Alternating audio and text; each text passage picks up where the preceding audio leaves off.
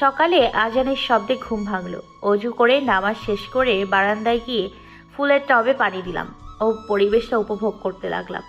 সকালের এই পরিবেশটা খুব সুন্দর, নিরিবিলি ও পাখির কিচিরমিচিরের আওয়াজ মনের সব কষ্ট ক্লান্তি দূর করে। 1-1.5 ঘন্টা পরিবেশটা উপভোগ করে ডাইনিং রুমে গিয়ে দেখি বাবা বসে খবরের কাগজ পড়ছেন। বাবা, তুমি কখন আসছো? ভোরবেলায় আসছে। আমার মামুনের ঘুম কেমন হলো? ভালোই হয়েছে। তোমার প্রজেক্ট কেমন হলো? আল্লাহর রহমতে ভালোই হয়েছে। তো কলেজ আছে আজকে? হ্যাঁ আছে। চল নাস্তা করতে। আমি মা বাবার সাথে নাস্তা করে রেডি হয়ে কলেজের জন্য বের হই। শুভ, রকি, তিথি ও আমি কথা বলতে বলতে কলেজের গেট দিয়ে ঢুকতেই আমি এক ছেলের সাথে ধাক্কা খেলাম। এই মেয়ে, দেখে চলতে পারো না? সরি, আমি আপনাকে খেয়াল করি নাই। খেয়াল কই থাকে তোমার? আজব লোক তো আপনি। বললাম তো আমি দেখি নাই। পায়ের উপর পা দিয়ে ঝগড়া কেন করছেন? একে তো নিজের দোষ, তার উপর আমাকে বলছো আমি ঝগড়া করছি। দূর সরেন সামনে থেকে। এই বলে আমি পাশ কাটিয়ে চলে আসি, কারণ আমার এত ঝগড়া করার ইচ্ছে নেই। আমি আসার সময় খেয়াল করেছি ছেলেটা আমার দিকে রাগী দৃষ্টি নিক্ষেপ করেছে। কিছু বলতে যেও কিছু বলে নাই। ক্লাসে শুরু হলো, হঠাৎ ইকবাল স্যার এসে বলল, আয়াত, রকি, শুভ, তিথি, চল তোরা। জি স্যার। কেন স্যার? তোদের পরশুদিন নবীনবরণ। আমাদের কি কিছু করতে হবে? হ্যাঁ, তোরা 4 জন আর সেকেন্ড ইয়ারের কয়েকজন মিলে আয়োজন করবি। স্যার, শুনলাম এবার নাকি কোনো বিশেষ অতিথি আসবে। হ্যাঁ, এই কলেজের প্রতিষ্ঠাতার ছেলে ফিজিক্স টিচার হিসেবে আসবে কানাডা থেকে, তাই অনুষ্ঠান বড় করে হবে। তার মানে আমাদের নবীনবরণ আর ফিজিক্সের টিচারের জয়েনিং এর শুভেচ্ছা একদিনে? নীলাদ্র, ওরা তোদের সাহায্য করবে। আমি অডিটোরিয়ামে ঢুকে নীলাদ্রকে দেখে শকড, কারণ কলেজে ঢুকতে যেই ছেলের সাথে ঝগড়া, এটা ওই ছেলেটা। ও ঠিক আছে স্যার। কিরে, তুই কি ভাবছিস? ভিতরে যা। এই ছেলে তখন তো কত কিছু বললো, এখন কিছু বললো না, হয়তো নিজের ভুল বুঝছে। কি রে, এটা তো ওই ছেলেটা না? হ্যাঁ, তার মানে এ সিনিয়র। কি রে, তুই কিছু বলছিস না? চুপ থাক, বাদ দে। যদি কিছু করে?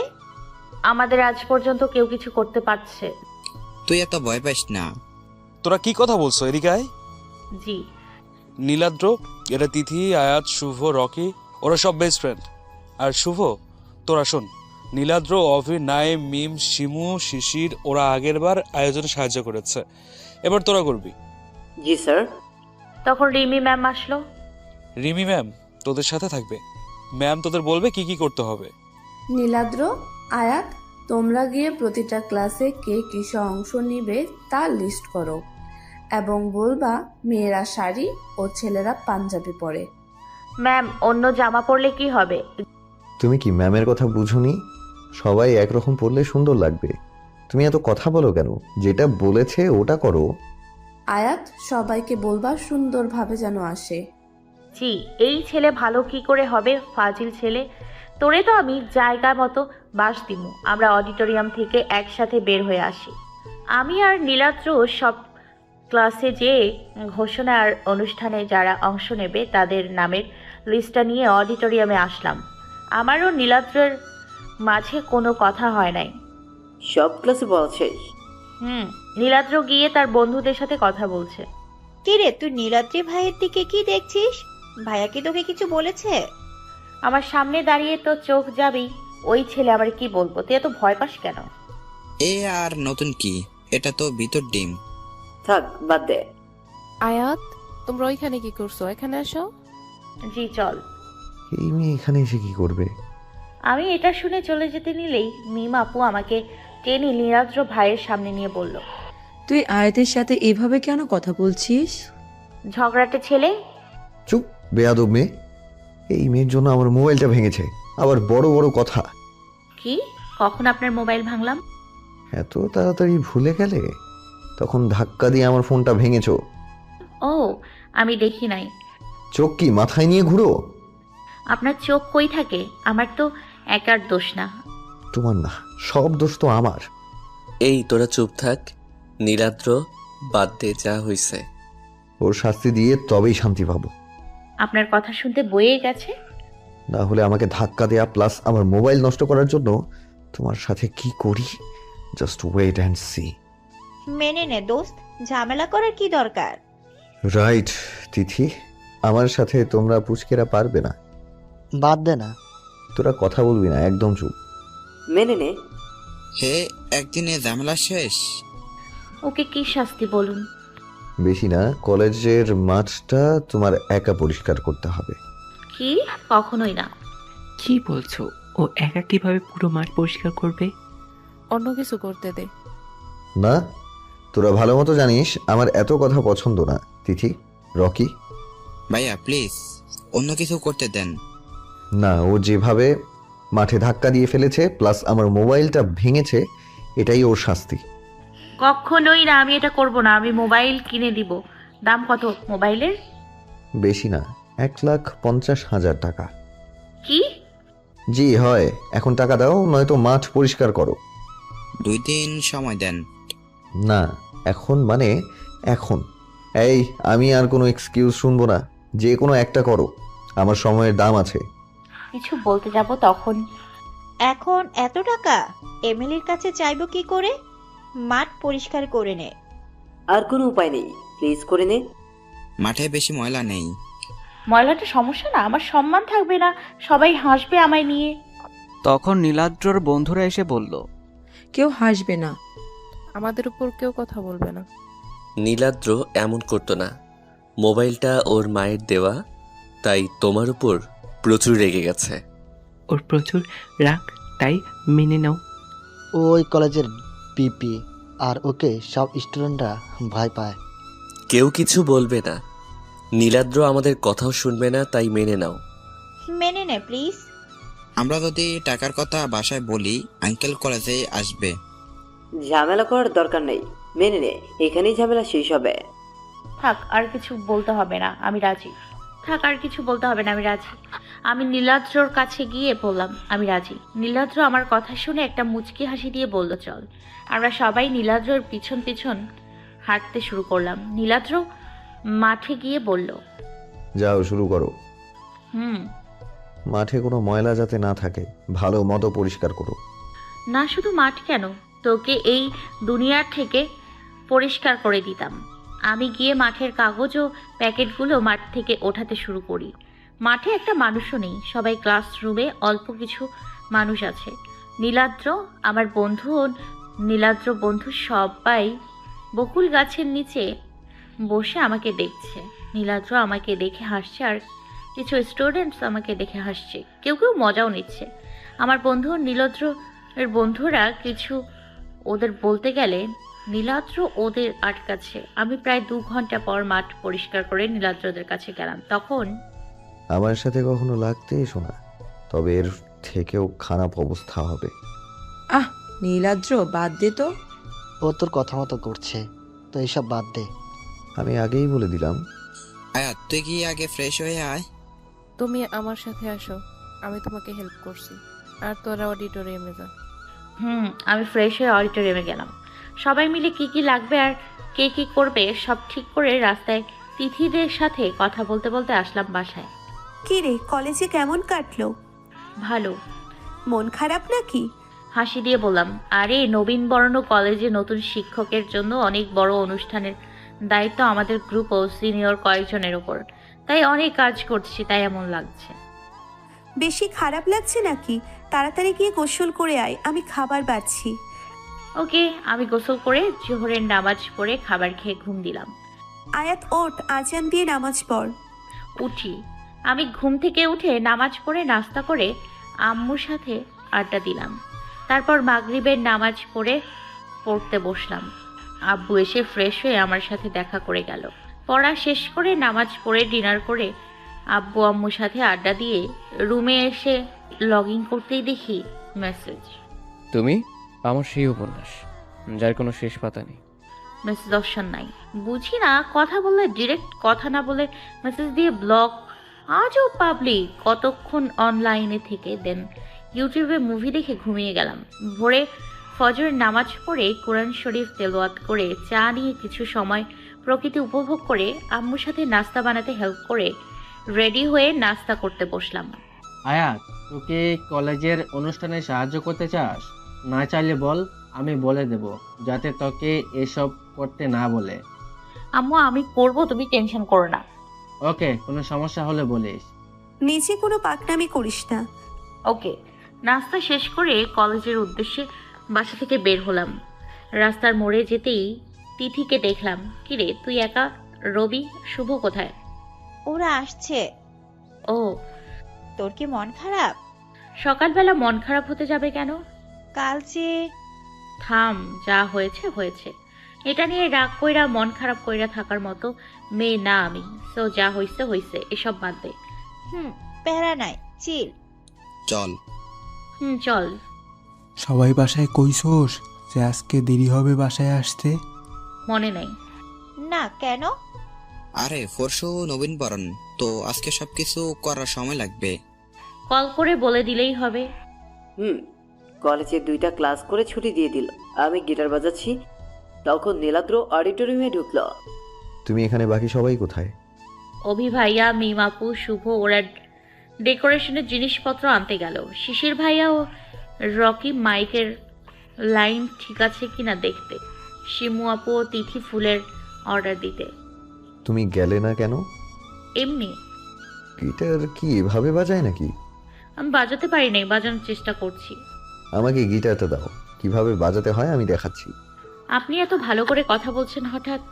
তোমার সাথে আমার কোনো ঝামেলা নেই, শুধু মোবাইলটা আমার প্রিয় ছিল। আমি তো সরি বলছি, মানে যে প্রিয় ছিল, কিন্তু আমি তো ইচ্ছা করে করি নাই। মোবাইল পড়ে যাওয়ার পর তুমি মোবাইলটার উপর পা দিয়ে রেখেছিলে, তা দেখে আমি প্রচুর রেগে যাই। তারপরও আমাকে কিছু বলতেও দিলে না। ও সরি, আমি দেখি নাই। কিছু নিয়ে রাগ করলে তা না করা পর্যন্ত আমার রাগ কন্ট্রোল করতে পারি না। ও, তোরা একসাথে কথা বলছিস কিভাবে? কালকেও তো ঝগড়া করছিলি। তাই বলে সব সময় ঝগড়া করবো নাকি? ভালোই। সবাই অডিটোরিয়াম চলে এসছে, সবাই হাসছে আমাদের দেখে।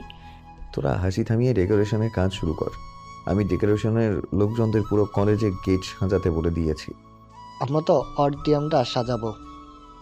শুরু কর। তিথি, শুভ ও রকি আমাকে একপাশে নিয়ে। তুই তো রিভেঞ্জ নিবি বলে, তাহলে? কিরে, কেমনে কি? আরে আমি ভাবছিলাম, কিন্তু মোবাইল পড়ে যাওয়ার পর আমি মোবাইলটার ওপর পা দিয়ে রাখছি, তো দোষ যেখানে আমার, তাই। ও আচ্ছা, চল কাজ করি। অভি, কাল তোরা কলেজে আসার সময় ফুল নিয়ে আইস। হ্যাঁ, আমাদের তো আনতেই হবে। তোদের রেডি হতে হতে অনুষ্ঠান যেন অর্ধেক শেষ না হয়। বলতেই সবাই হাসা শুরু করলো। আমরা না সাজলে তোরা ছেলেরা সাজবি নাকি? না, আমাদের আটা ময়দা দেওয়ার কোনো ইচ্ছে নেই। এমনিতেই যে আটা ময়দা, আমরা সাজলে তো আটা ময়দা আর পাওয়াই যাবে না। আপুরা, কাল আপনারা তাড়াতাড়ি আসেন। অনুষ্ঠানের শেষে এত সেজে আসলে কেউ দেখবে না, তখন সাজটাই বৃথা। তোদের কেউ দেখতে বলেছে? আমরা নিজেদের জন্য সাজি, অন্যকে দেখানোর জন্য না। আচ্ছা বাদ দাও, ডেকোরেশনটা তো করতে হবে। তোদের পরে দেখে নেব। ডেকোরেশনের সব কাজ কমপ্লিট করে বাসায় গিয়ে ফ্রেশ হয়ে নামাজ পড়ে খাবার খেয়ে আম্মুর সাথে আড্ডা দিয়ে সন্ধ্যায় আমি, আম্মু, আব্বুর অফিসে গেলাম। আব্বু চলো আমরা শপিংয়ে যাব। তোমরা যাও, আমি তোমাদের সাথে কি করতে যাব? শপিং ব্যাগ নিতে আর বিল পে করতে। আব্বু চলো প্লিজ। ওকে চল। আমরা শপিং করে রাতে ডিনার করে বাসায় আসি। নামাজ পড়ে আমি, তিথি, শুভ ও রকি গ্রুপ কলে কথা বলে আড্ডা দিয়ে ঘুমাই গেলাম। ফজরের আজানের ধ্বনি কানে আসতেই ঘুমটা ভেঙে গেছে। ঘুম থেকে উঠে ফ্রেশ হয়ে ওযু করে এসে নামাজ পড়লাম। নামাজ পড়ে কোরআন শরীফ তেলাওয়াত করে রান্নাঘরে গিয়ে কফি বানিয়ে আমার রুমের বারান্দায় এসে দাঁড়ালাম। সকালের ঠান্ডা বাতাস, সূর্য উদয়, পাখির কিচিমিচির শব্দের সাথে কফি খেতে ভালোই লাগে। মনটা সারাদিন হাসি খুশি ও ফুরফুরে মেজাজে থাকে। প্রকৃতির এই অপূর্ব দৃশ্যে ডুবে থাকতেই মন চায়। কিছুটা সময় পর আমার ফুলের কাছে পাড়ি দিলাম। রুমে গিয়ে বিছানা গুছিয়ে গোসল করে নিচে গেলাম। গুড মর্নিং মামুনি। গুড মর্নিং আব্বু। রেডি হলে না? আজ তো নবীবরণ। খেয়ে রেডি হব। আই নাস্তা করতে। আমরা নাস্তা করে আমি রুমে এসে মিষ্টি কালারের শাড়ি, হিজাব বেঁধে, হালকা লিপস্টিক, চোখে কাজল, হাতে মিষ্টি কালারের চুড়ি, হাতে একটা সাইড ব্যাগ। ব্যাস আমি রেডি হতেই তিথির কল। তুই কি রেডি? হুম। তাড়াতাড়ি আয়, আমাকে তো রেডি হতে হবে, দেরি হয়ে যাবে। আমি রেডি না হয়ে আসবো নাকি? রেডি হয়েছি, এখন আসতে সময় লাগবো তো। আয় তুই ফার্স্ট। আসি। আমি সিঁড়ি দিয়ে নেমে, আম্মু আমি যাই। সুন্দর লাগছে, এত তাড়াতাড়ি কই যাবি? তিথির বাসায় ওকে শাড়ি পরাবো, তারপর ওর রেডি হলে কলেজ যাব। তাহলে তোর আব্বুর সাথে যা, তোকে তিথির বাসার সামনে নামিয়ে যাবে। ওকে, আব্বু কই? এই তো আমি। ওয়াও, আমার মামুনিটাকে তো অনেক সুন্দর লাগছে, পুরাই পরি লাগছে। দেখতে হবে না আমি কার মেয়ে? হুম। কথা না বলে তাড়াতাড়ি যা, তিথি ওয়েট করতেছে। চলো আব্বু। আম্মু আসি। চল আমরা আসি। সাবধানে যাও। ওকে। আমি গিয়ে আব্বুর গাড়িতে উঠে বসলাম। আব্বু আমাকে তিথির বাসার সামনে নামিয়ে দিয়ে আব্বু চলে গেল। আমি তিথির বাসার কলিং বেল বাজালাম। কি রে মা, কেমন আছিস? আন্টিকে জড়িয়ে ধরে বললাম, ভালো আন্টি, তুমি কেমন আছো? আমার মাকে দেখে কি কেউ খারাপ থাকতে পারে? তাই? হ্যাঁ। আমার মাটাকে তো অনেক সুন্দর লাগছে। আজকে তো আমার মাকে দেখে কেউ চোখই ফেরাতে পারবে না। আন্টি তুমি যে কি বলো না। লজ্জায় তো পুরো মুখ লাল হয়ে গেছে। তুমি থামবে মা, আমার রেডিও হতে হবে।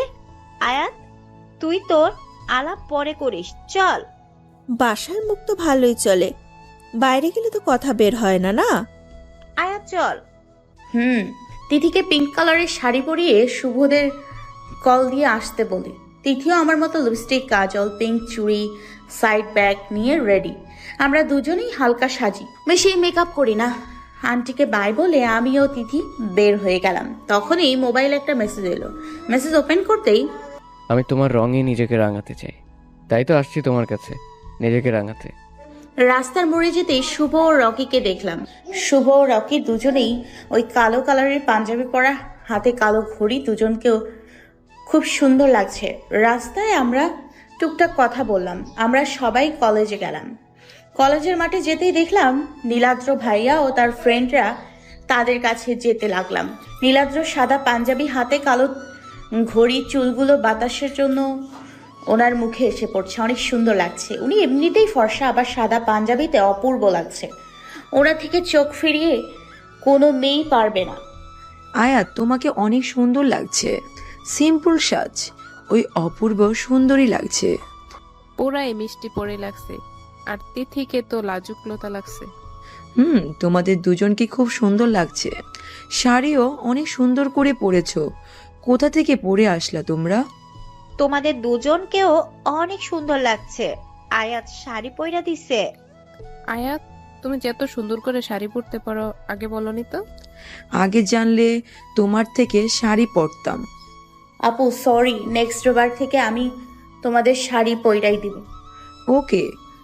এই মেয়েরা পারেও বটে, এত সাজুগুজু নিয়ে কথা বলতে ভালো লাগে। এই আয়াতের দিকে তাকিয়ে নীলাদ্র কি ভাবছে? ফর্সা ত্বকে মিষ্টি রঙের শাড়িতে অপূর্ব সুন্দরী লাগছে। কাজল কালো আঁখিতে চোখ পড়লে চোখ সরবে না। মন চায় এই নয়নে চেয়ে দেখি। গোলাপি রাঙা ঠোঁটগুলোতে দেখলে অন্য এক নেশা চড়ে যায়। মনে হয় ঠোঁট চহিয়ে দিই। এ যেন কোনো আসমান থেকে নেমে আসা। ওই নীলাদ্র, কি ভাবিস? এখানে কি শুধু ভাবতে থাকবি নাকি? আজকে অনুষ্ঠান শুরু করবি নাকি ভাবতে থাকবি? ধাক্কা দিয়ে বলল, কি ভাবছিস? ধাক্কা দিচ্ছিস কেন? তুই স্বপ্নে ডুবি থাকবি আর আমরা ধাক্কা দিলে এই সমস্যা। কি ভাবছিলে এতক্ষণ? হ্যাঁ। নীলাদ্র রাগ দেখিয়ে বলল, আমি কি ভাববো? কথা না বলে চল। কিন্তু তুই কি ভাবছিলি? কথা না বলে চল। কি ভাবছিলাম এতক্ষণ ধরে? হঠাৎ কি হলো আমার? সত্যি কি আয়াত নাকি আমি বেশি ভাবছি ওকে নিয়ে? নীলাদ্র ও সবাই গিয়ে ফুলের তোড়া নিয়ে গেটে গিয়ে দাঁড়ায়। আমাদের নতুন টিচার আহনাব মুক্তাদিরকে আয়াত, নীলাদ্র ও তার বন্ধুরা মিলে আহনাবকে অভ্যর্থনা জানায়। আমাদের কলেজে স্যার আপনাকে স্বাগতম। আহনাব মুক্তাদির স্টেজে গিয়ে তার বক্তব্য প্রদান করে। সে তার পরিচয় দেয়। আমি আনহাব মুক্তাদির। আমি কলেজের কেমিস্ট্রি টিচার হিসেবে অধ্যয়ন করি। আমি তোমাদের টিচারের সাথে একজন বন্ধু মনে করবে যখন সে সমস্যা হবে।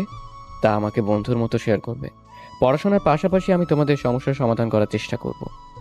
ধন্যবাদ আমার কথা মনোযোগ দিয়ে এতক্ষণ শোনার জন্য। আনহাফ মুক্তাদিরের বক্তব্য শুনে সবাই মুগ্ধ, সবাই করতালি দিতে থাকে। স্টেজে এরপর এক এক করে সবাই সবার পারফরমেন্স দেয়। তখন সকল ছাত্রছাত্রী চিল্লাতে থাকে যে নীলাদ্র চৌধুরী গান শুনতে চায়।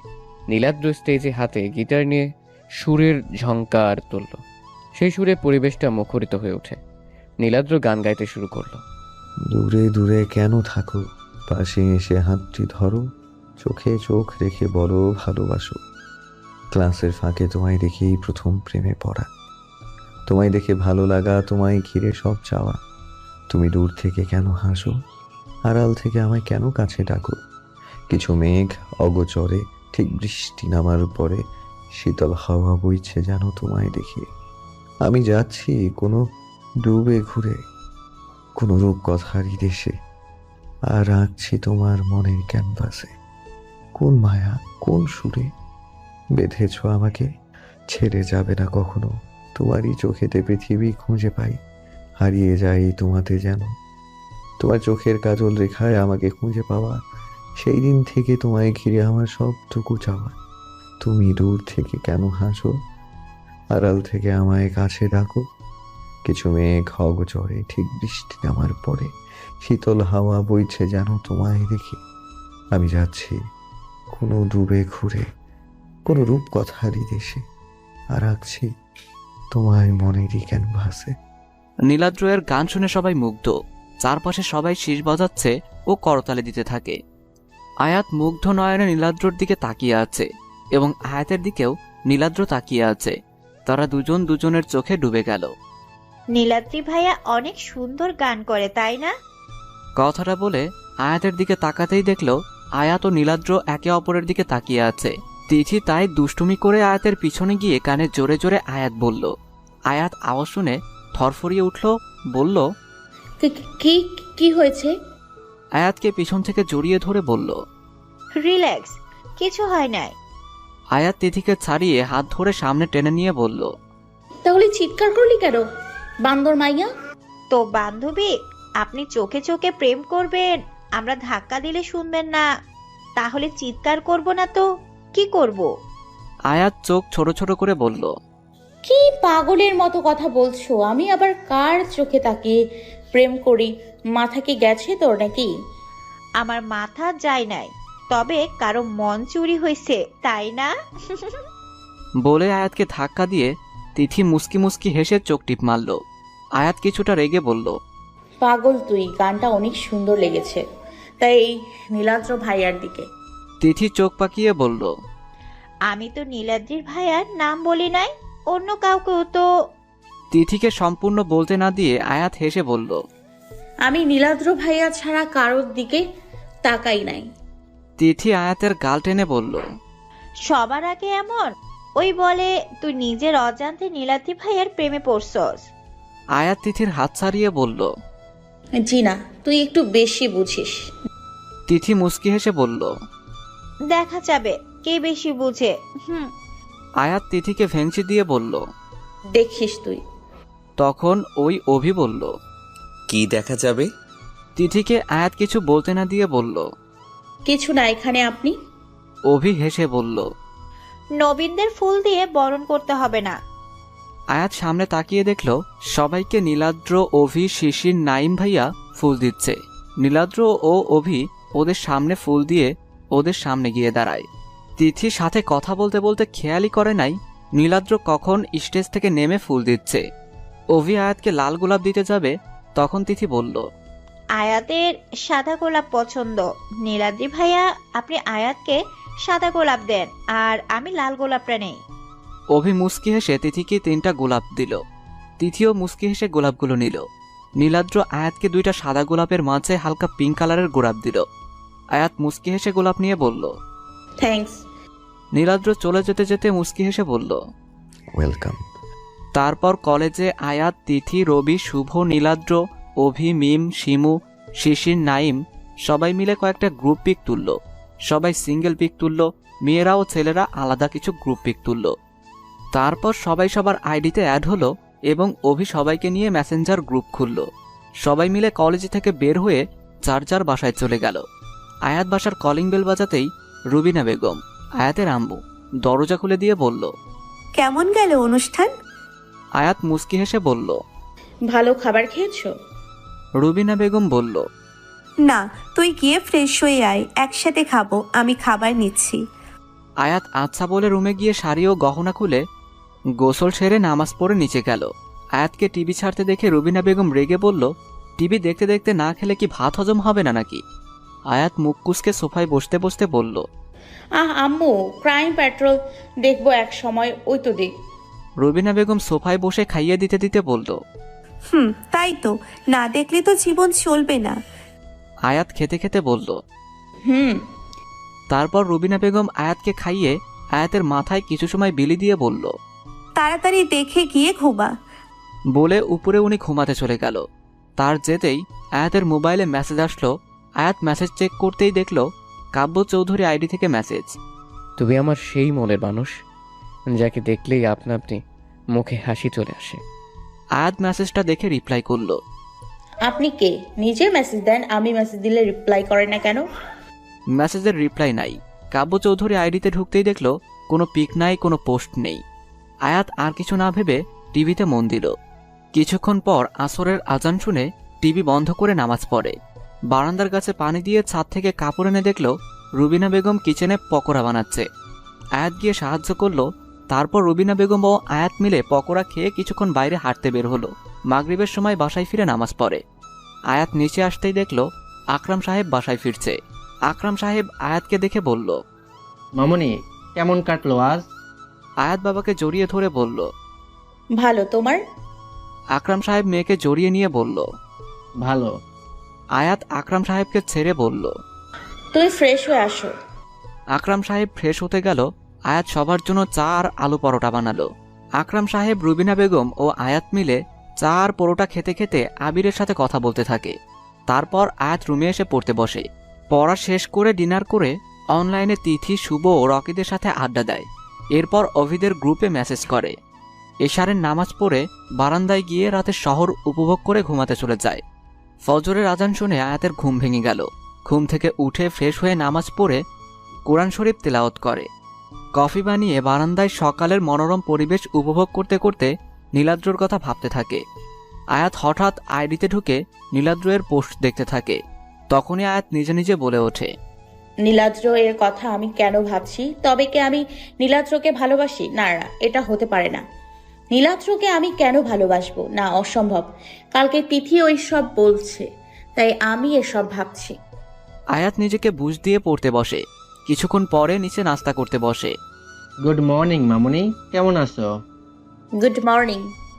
আজকে আমরা তোর নানু বাড়িতে যাব, তাড়াতাড়ি আসিস। ওকে। আয়াত নাস্তা শেষ করে রুমে এসে ব্যাগ গুছিয়ে কলেজ ড্রেস পরে রেডি হয়ে কলেজের জন্য বাসা থেকে বের হয়। রাস্তায় তিথি, শুভ, রকি সবাই একসাথে কলেজে যেতে থাকে। হঠাৎ আয়াত বলল, শোন, ওই যে বলছি যে কাব্য চৌধুরী আইডিতে থেকে মেসেজ আসে, কালকে দুপুরে আসতে বলতে মনে নাই। তিথি ও শুভ একসাথে বলে ওঠে, কি মেসেজ দিছে? আয়াত মোবাইলে মেসেজটা দেখিয়ে বলল, এই মেসেজটা আসছে। তিথি নীলাদ্রকে মিন করে বলল, আমি তো ভাবছি তুই শুধু, বাট সেও যে তোকে এত পছন্দ করে ভাবতে পারি নাই। শুভ ও রকি তিথি ও আয়াতের দিকে কিছুক্ষণ তাকিয়ে থেকে ভ্রু কুঁচকে তারা একসাথে জিজ্ঞেস করলো, সেটা আবার কে? শুভ কিছুটা অবাক হয়ে আবার বলল, আয়াত আবার কাকে পছন্দ করে? কিরে আয়াত, তুই কিছু বললি কেন আমাদের দুজনকে? আয়াত বিরক্ত নিয়ে বলল, তিথি ফাইজলামি করবি না। আরে কারোরে আমি। তিথি আয়াতকে সম্পূর্ণ কথা বলতে না দিয়ে তিথি বলল, আয়াত নীলাদ্র ভাইকে পছন্দ করে। আমি শিওর নীলাদ্র ভাই ও কে মেসেজ দেয়। শুভ ও রকি হাঁটা থামিয়ে অবাক হয়ে আয়াতের দিকে তাকালো। রকি ভ্রুকুসকে বলল, কি, কবে থেকে? কিরে, বললি না আমাদের আর কাহিনী এতদূর ভালোই চলে। ফালতু কথা বলবি না। নীলাদ্রের সাথে আমার কোনো কিছু নেই।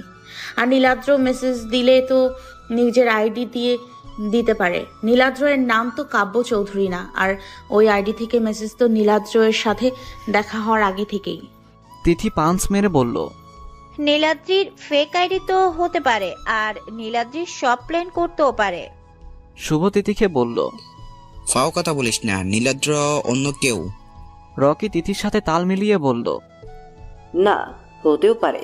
মেসেজ দেখে তো মনে হয় নীলাদ্র আয়াতকে আগে থেকেই পছন্দ করে, তাই এইসব ধাক্কা ঝগড়া সবকিছু ইচ্ছে করে করেছে। কলেজে আসার পর থেকে তো মেসেজ দেওয়া শুরু হয়েছে। আয়াত তিথিকে কিল দিয়ে বলল, বেশি কথা বলিস না, জেনে কিছু বলা ঠিক না। আর ক্লাসে আসছস, এই বিষয়ে আর কোনো কথা বলবি না। চুপ একদম সবাই। তিথি রাগ অভিমান করে বলল, আমাকে মারলি, রকিকে মারলি না কেন? আয়াত রকিকে ব্যাগ দিয়ে মেরে বলল, নে শান্তি, আর একটা কথাও এই টপিক নিয়ে বলবি না। শুভ তাল মিলিয়ে বলল, চুপ, আর কথা বলবি না, যত সব ফাও কথা বলিস তোরা। ঠিক তখনই আহনাব মুক্তাদির ক্লাসে ঢুকলো।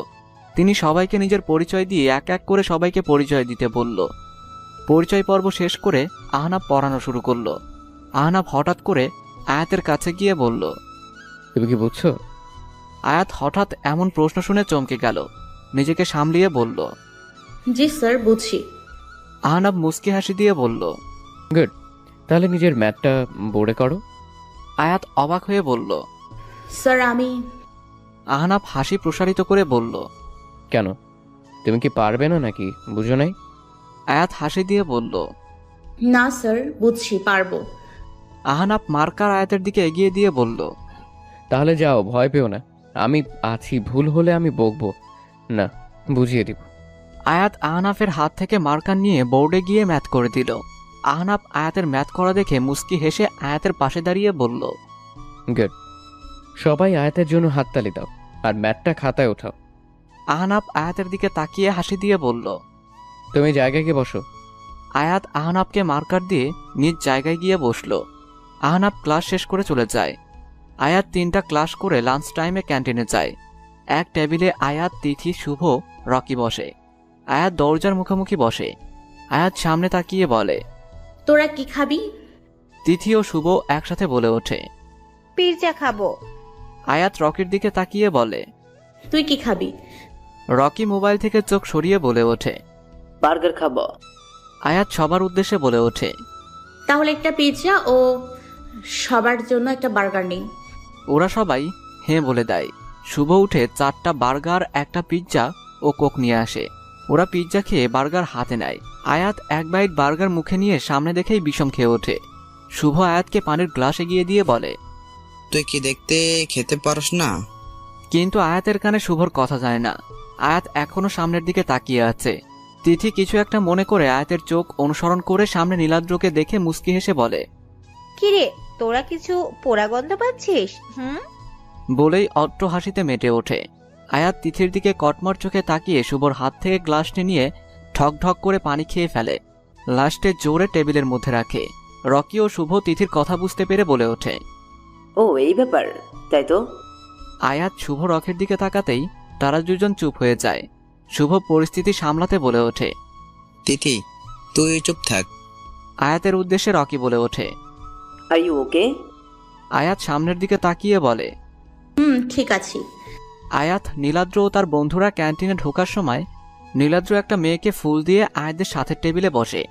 মেয়েটি ফুল নিয়ে বাইরে চলে যায়। অভি টেবিলে বসে আয়াতের দিকে তাকিয়ে বলে, কেমন আছো তোমরা? আয়াত বাদে শুভ, রকি, তিথি ভালো আছে বলে। তিথি বলে, আপনারা কেমন আছেন? নীলাদ্ররা সবাই বলে ওঠে ভালো। মিম আয়াতের দিকে তাকিয়ে বলে, আয়াত তুমি চুপ কেন? তোমার কি শরীর খারাপ নাকি? তিথি কিছু বলতে যাবে, তার আগেই আয়াত নীলাদ্রর দিকে তাকিয়ে মুস্কি হেসে বলে, না আপু, কিছু হয় নাই। শিমু আয়াতের দিকে তাকিয়ে বলে ওঠে, তাহলে এমন করেছিলে কেন? আয়াত খেতে খেতে বলে, এমনি কিছু ভাবছিলাম। বলেই চেয়ার থেকে উঠে বলে ওঠে, আমাকে বাসায় যেতে হবে, আজকে নানুর বাসায় ফাংশন আছে। রকি আয়াতের দিকে তাকিয়ে অবাক চোখে বলে, আমাদের আগে বললি না? আয়াত ব্যাগ কাঁধে নিয়ে কোক খেয়ে টাকা দিয়ে বলে, বলমু ভাবছিলাম, পরে মনে ছিল না। আসি আমি। আপু তোমাদের সাথে কথা হবে, কিছু মনে করো না, আমাকে যেতে হবে বলেই তাড়াতাড়ি চলে যায় আয়াত। অভি আয়াতের দিকে তাকিয়ে মুচকি হেসে বলে, সাবধানে যাও। নীলাদ্র এতক্ষণ আয়াতের দিকে তাকিয়েছিল। নীলাদ্র আয়াতের দিকে কিছুক্ষণ তাকিয়ে থেকে খাবারের অর্ডার করে। আয়াতের সাথে সাথে শুভ, তিথি, রকি ক্লাসে চলে যায়। আয়াত ক্যান্টিন থেকে বেরিয়ে কলেজের গেটের সামনে যেয়ে রিকশার জন্য অপেক্ষা করতে থাকে। তখনই ওর সামনে একটা ব্ল্যাক গাড়ি এসে থামে। আনহাবকে গাড়ি থেকে নামতে দেখে আয়াত বলে, স্যার আপনি?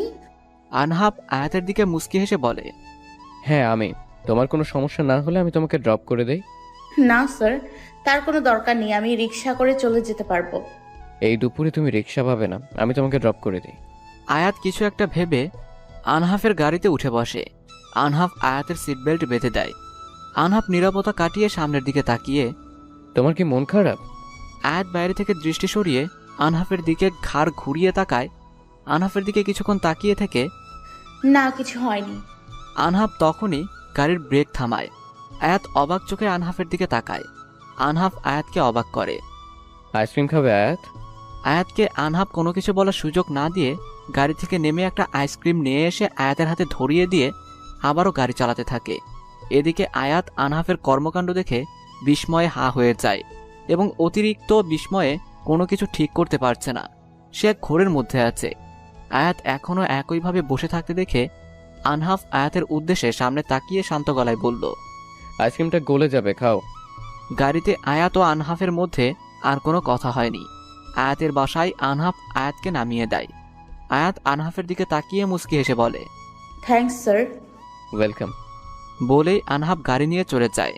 আয়াত বাসায় ঢুকতে ঢুকতে নীলাদ্রের কথা ভাবতে থাকে। নিচে মায়ের সাথে কথা বলে রুমে এসে গোসল শেষ করে নামাজ পড়ে রেডি হয়ে নানুর বাসায় যাওয়ার জন্য বাসা থেকে বের হয়। আয়াতের বাসা থেকে ও নানুর বাসায় আসতে আধা ঘন্টা লাগে। আয়াতের নানা নানি কেউ নেই। বাসায় ঢুকে আয়াতের মামি আয়াতকে জড়িয়ে ধরে বলে, কেমন আছিস? ভালো, তুমি কেমন আছো? আমার মাকে দেখে কি আমি খারাপ থাকতে পারি? পিছন থেকে ওর মামা বলে ওঠে। আয়াত মুচকি হেসে মামাকে গিয়ে জড়িয়ে ধরে বলে, কেমন আছো মামা? ভালো মা, তুই? ভালো। রুবিনা বেগম তার ভাইয়ের কাছে গিয়ে জড়িয়ে ধরে, কেমন আছিস? ভালো আপা, তুই? ভালো। তুমি কেমন আছো আমিনা? ভালো আপা। কেমন আছেন দুলাভাই? ভালো। তখনই আয়াতের ছোট ছোট দুই মামাতো ভাই বোন আব্দুল এবং হাফসা আয়াতকে জড়িয়ে ধরে। কেমন আছো আপি? ভালো, তোরা? ভালো। আয়াত হাফসা ও আব্দুলের সাথে দুষ্টুমি করতে থাকে। তারপর তারা দুপুরের সময় লাঞ্চ করে। আয়াতরা ওর মামার বাসায় রাতের ডিনার করে বাসায় ফেরে। আয়াত নিজের রুমে আসতেই একটা মেসেজ আবার কাব্য চৌধুরীর আইডি থেকে, ওই দূরে চলো না, নীল আকাশে হারিয়ে যায়, তোমার হাতটি ধরে। মেসেজের অপর প্রান্তের মানুষটি বড্ড খুশি, কেননা তার মনের মানুষ তার খুব কাছে আছে। সে জোরে জোরে চিল্লিয়ে ওঠে, আমি তোমাকে খুব তাড়াতাড়ি নিজের করে নেব, তুমি শুধু আমার, আর কারো না। এদিকে আয়াত মেসেজটি দেখে নীলাদ্রের কথা মনে পড়ে, তাই মোবাইলটা ছুঁড়ে মারে বিছানায়। ধুর, আমার কেন মন খারাপ লাগছে, ও যেটা খুশি করুক। বলেই মন খারাপ করে ঘুমিয়ে যায়। রুবিনা বেগম আয়াতকে উঠতে না দেখে রান্নাঘর থেকে আসে আয়াতের রুমে। তুই এখনো ঘুমাস? ওঠ তাড়াতাড়ি। কয়টা বাজে? হ্যাঁ, কলেজে যাবি না? নামাজ নাই, পড়া নাই, শুধু ঘুরে বেড়াই। এইভাবে দিন চাইবো হ্যাঁ কি রে? আয়াত বিরক্ত নিয়ে ঘুম ঘুম কণ্ঠে বলে, কয়টা বাজে? হ্যাঁ, আমার নামাজ, শুধু ঘ্যান ঘ্যান করো। রুবিনা বেগম রেগে আয়াতের পিঠে থাপ্পড় দেয়। আমি ঘ্যান ঘ্যান করি? আমায় ছাড়া তো আপনাদের কারো চলে না। আবার বড় বড় কথা। 8:30 বাজে, ওঠ। আয়াত টাইম শুনে লাফ দিয়ে ওঠে ঘুম থেকে আর তাড়াতাড়ি কলেজের ড্রেস নিয়ে ওয়াশরুমে যায় রেডি হতে। এদিকে রুবিনা বেগম রান্নাঘরে গিয়ে বলতে থাকে, নামাজ নাই তাই তোর কোনো পড়া নাই, ইন্টারে পড়স, এটা মাথায় নাই। রেজাল্ট খারাপ করলে দেখিস মায়ের খাবি, আর বিয়া দিয়ে দিব। আয়াত রেডি হয়ে ব্যাগ গুছিয়ে নিচে এসব কথা শুনে বলে, আমার রেজাল্ট ভালো হবে, খাবার দাও। হ্যাঁ, এটাই তো পারস, তর্ক করতে আর অর্ডার করতে।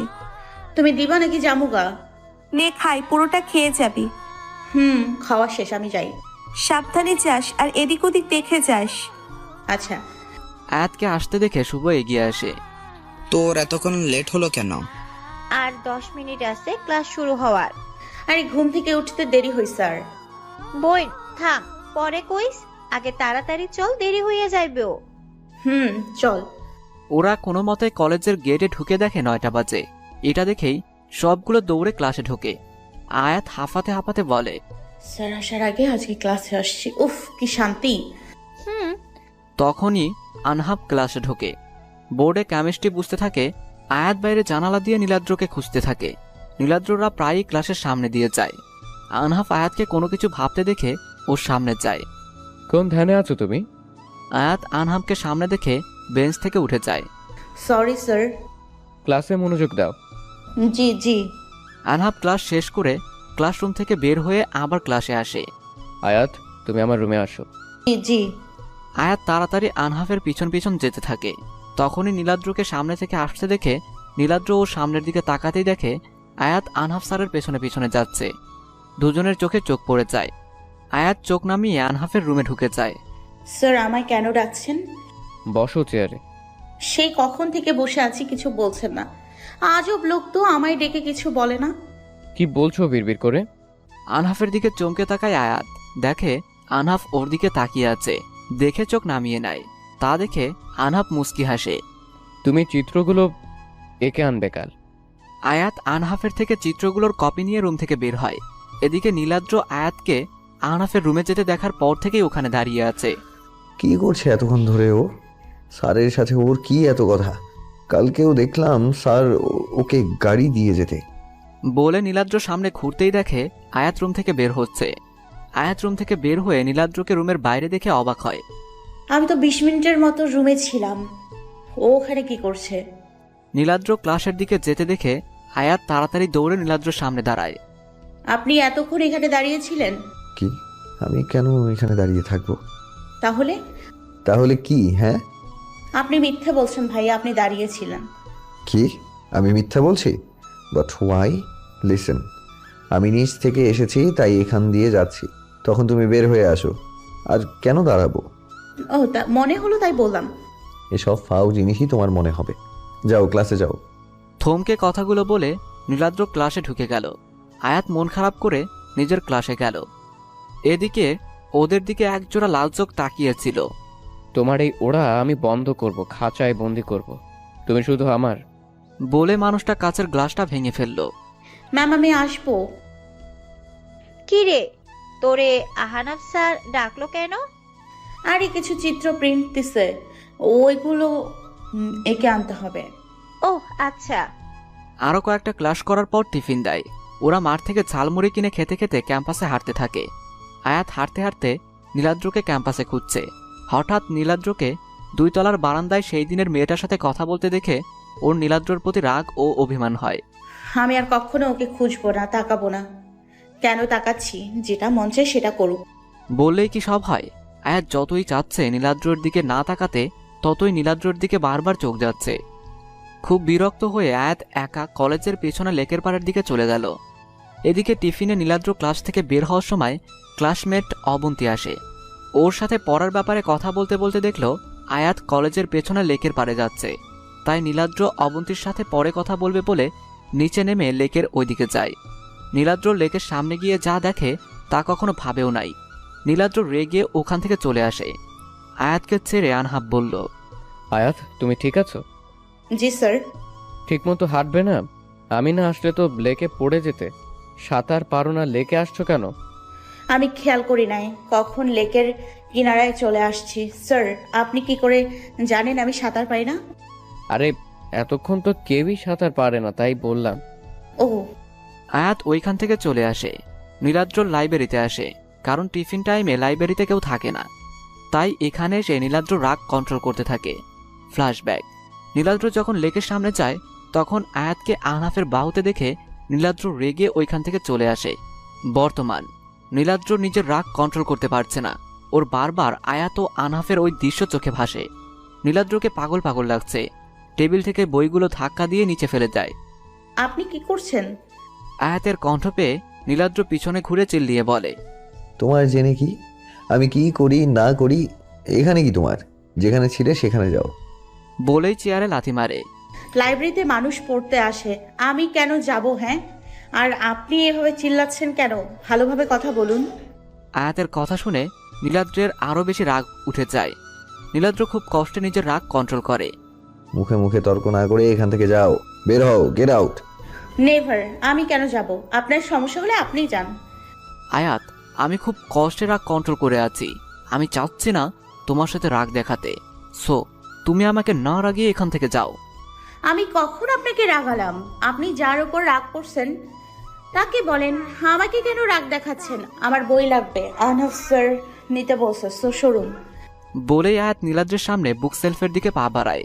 নীলাদ্রের আয়াতের মুখে আহনাফ নাম শুনে মেজাজ বিগড়ে যায়। নীলাদ্র আয়াতের হাত চেপে ধরে নিজের কাছে এনে বলে, এটা কলেজ, ভুলো না। এখানে এসব করলে কলেজ থেকে টিসি দিয়ে দেবে। আমি করছি, হ্যাঁ। আর আপনি আমার হাত ধরেছেন কেন? ছাড়ুন আমার হাত। নীলাদ্র কিছু না বলে হাত ছেড়ে আয়াতকে ধাক্কা দিয়ে চলে যায়। আয়াত নিচে পড়ে যায়। আহ, কি সমস্যা এর? তোকে আমি দেখে নিব, আমার উপর রাগ দেখানো। আয়াত নিচ থেকে উঠে কিছু বই নিয়ে ক্লাসে যায়। ক্লাস শেষ করে কলেজ থেকে বের হওয়ার সময় নীলাদ্রকে সামনে দেখে আয়াত নীলাদ্রকে ইগনোর করে রিক্সা নিয়ে চলে যায়। আয়াতের এই ইগনোরের আগুনে ঘি ঢালার মতো হলো। নীলাদ্র আরো রেগে যায়। নীলাদ্র আয়াতকে এখন সামনে পেলে একে সামনে পেলে থাপ্পড় মেরে ঘাড়ামি ঠিক করে দিতাম। বলে বাইক নিয়ে নীলাদ্র বাসায় যায়। বাসায় গিয়ে ফ্রেশ হয়। নীলাদ্র এর বাবা নীল চৌধুরী একজন বিখ্যাত লয়ার এবং নীলা সরকার নীলাদ্রের মা ডক্টর। নীলাদ্রের বড় ভাই নিলয় আছে। নিলয় সাইকোলজি নিয়ে পড়া শেষ করে ইন্টার্নশিপ করছে। নীলাদ্র নিচে আয় খেতে। নীলাদ্র রুম থেকে জোরে বলে, আমি খাবো না, তোমরা খেয়ে নাও। নীল দেখ তো নীলাদ্র কেন রেগে আছে, কি হয়েছে? ওকে দেখে মনে হলো রেগে আছে ও। দেখছি আমি, তোমরা খাও। নিলয় উপরের নীলাদ্র রুমে গেল। কিরে আসবো? তোমার আবার পারমিশন লাগে নাকি? হাসো ভাইয়া। না, তুই রেগে আসোস তাই বললাম। আমি কোনো রেগে নেই। আমাকে মিথ্যে বলছিস যে কিরা সাইকোলজি নিয়ে পড়ে? আরে তেমন কিছু না, চলো খাবার খাবো। চল। তারপর দুই ভাই মা বাবার সাথে খাবার খেয়ে নীলাদ্র ঘুমাতে চলে যায়।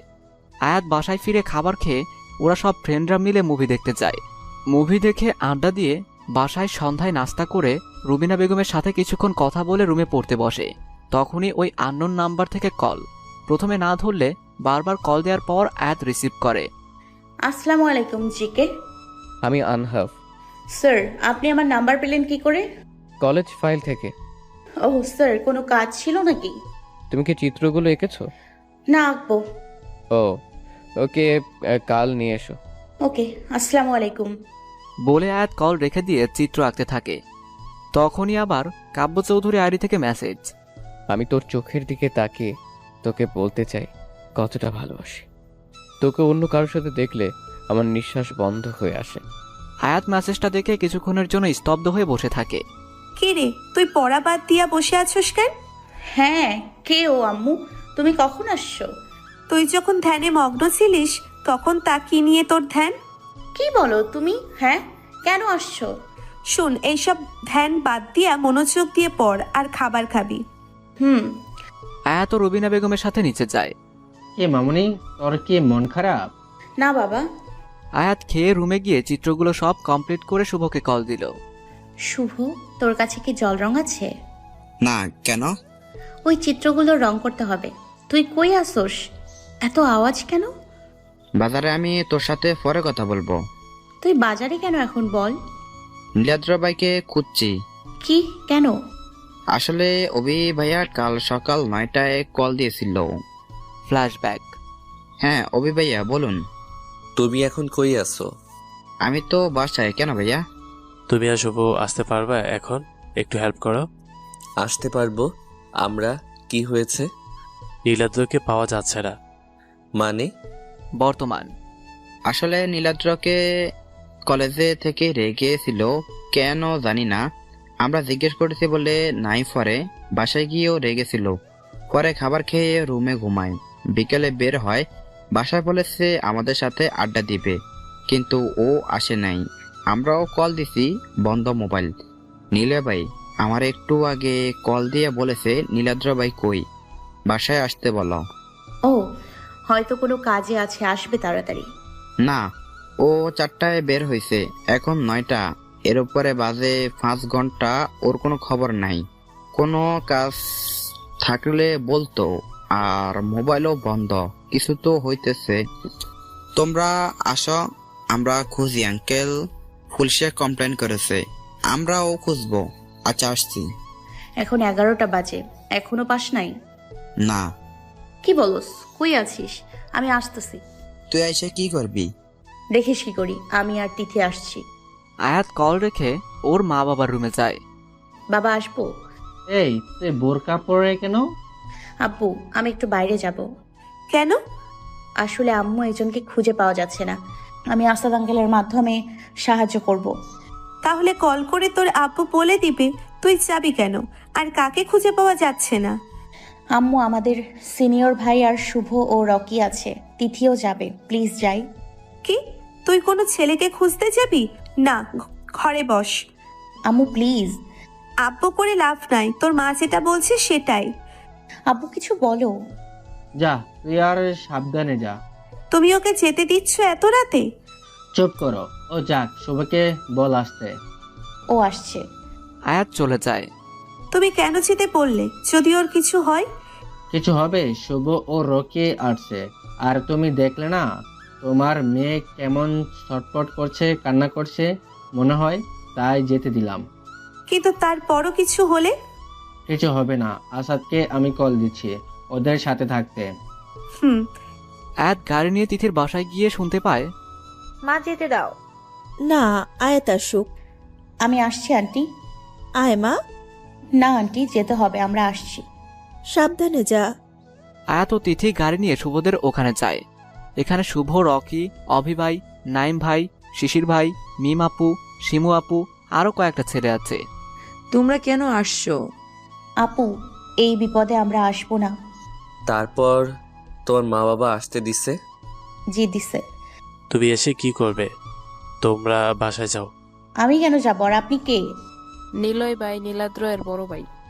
ও ভাইয়া, আমরা আপনাদের বাসায় যাব। কি বলো আয়াত তুমি? ওখানেই পাবেন নীলাদ্রর খোঁজ। তুমি কি জানো? আপনারা আসেন বলছি। আয়াত এই বলে গাড়ি নিয়ে যেতে থাকে। ওরা সবাই নীলাদ্রর বাসায় যায়।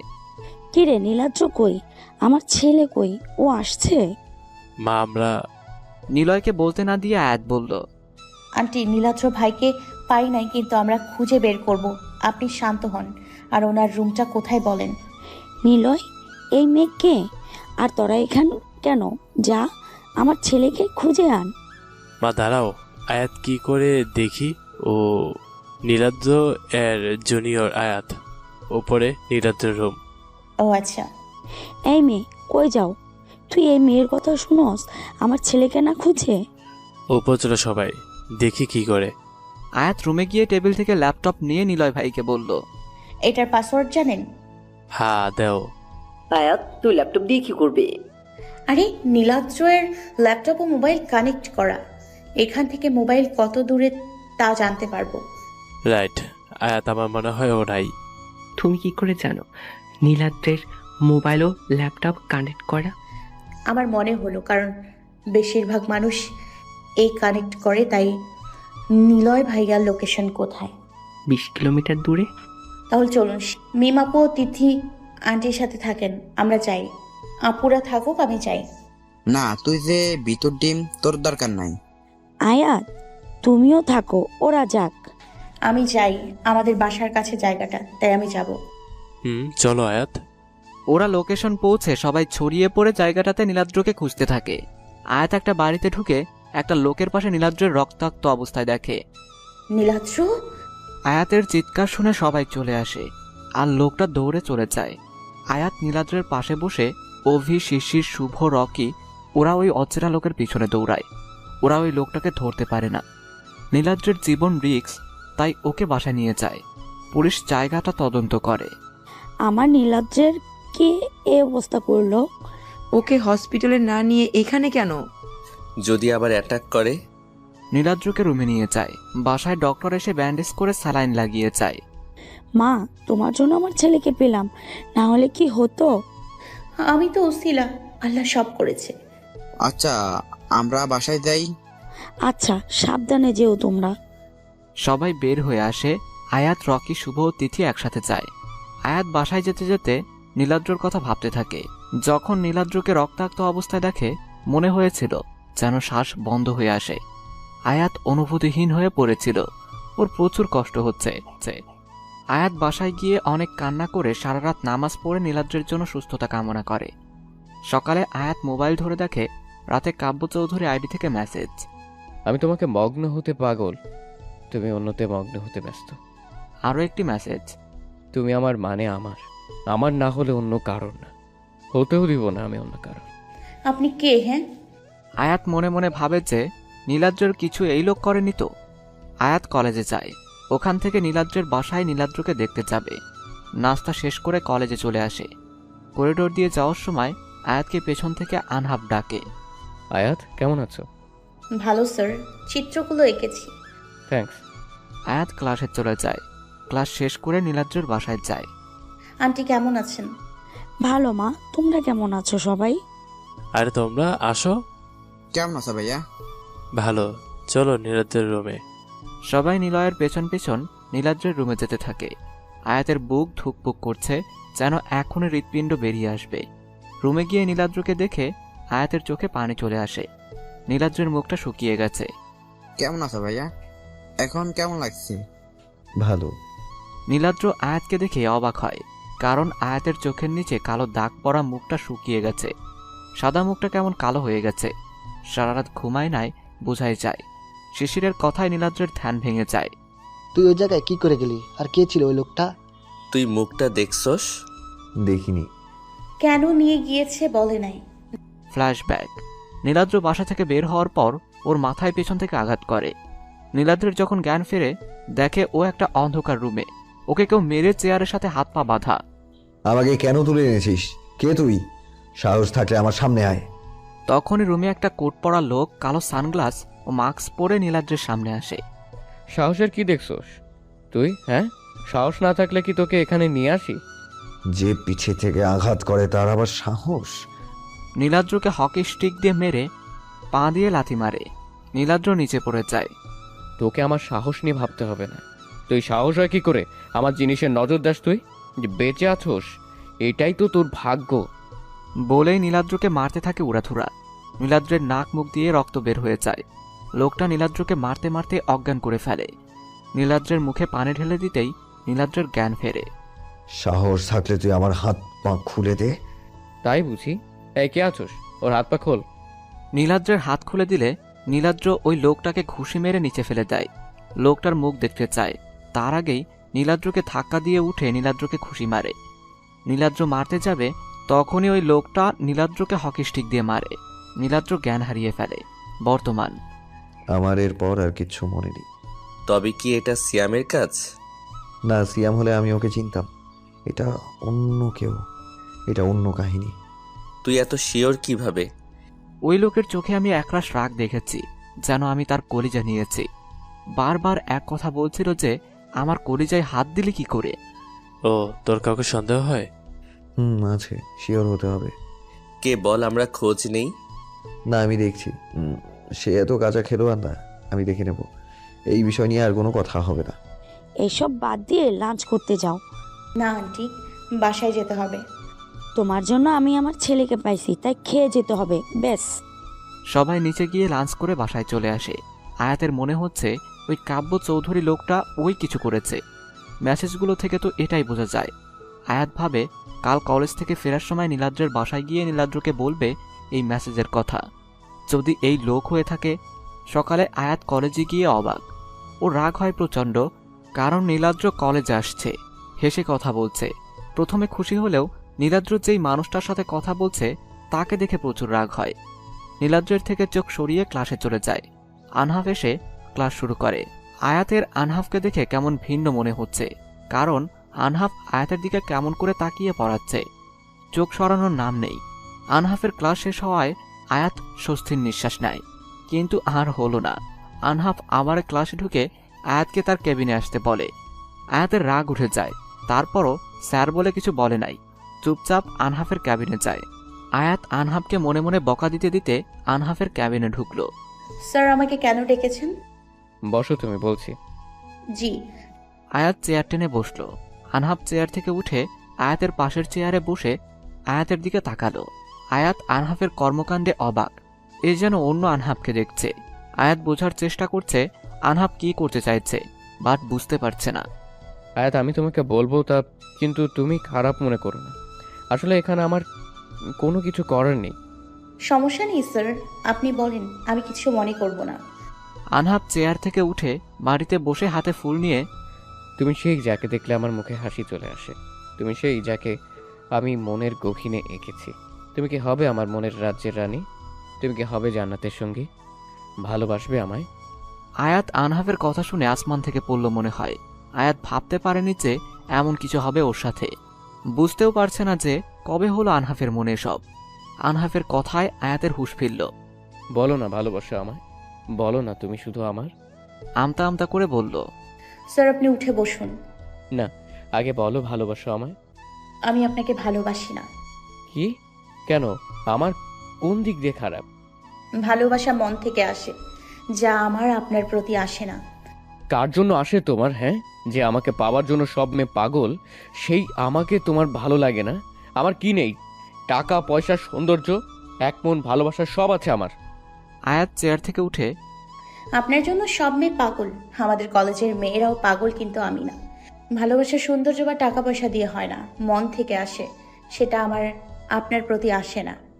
আনহাফ রেগে আয়াতকে দেয়ালের সাথে চেপে ধরে দাঁতে দাঁত চেপে, আর আমি যে তোকে ভালোবাসি তার কোনো দাম নেই। হ্যাঁ, তুই চাস বা না চাস, তুই শুধু আমার। দরকার পড়লে জোর করে তোকে নিজের কাছে রাখবো। আয়াত আনহাফকে নিজের থেকে দূরে সরাতে চাইছে, বাট পারছে না।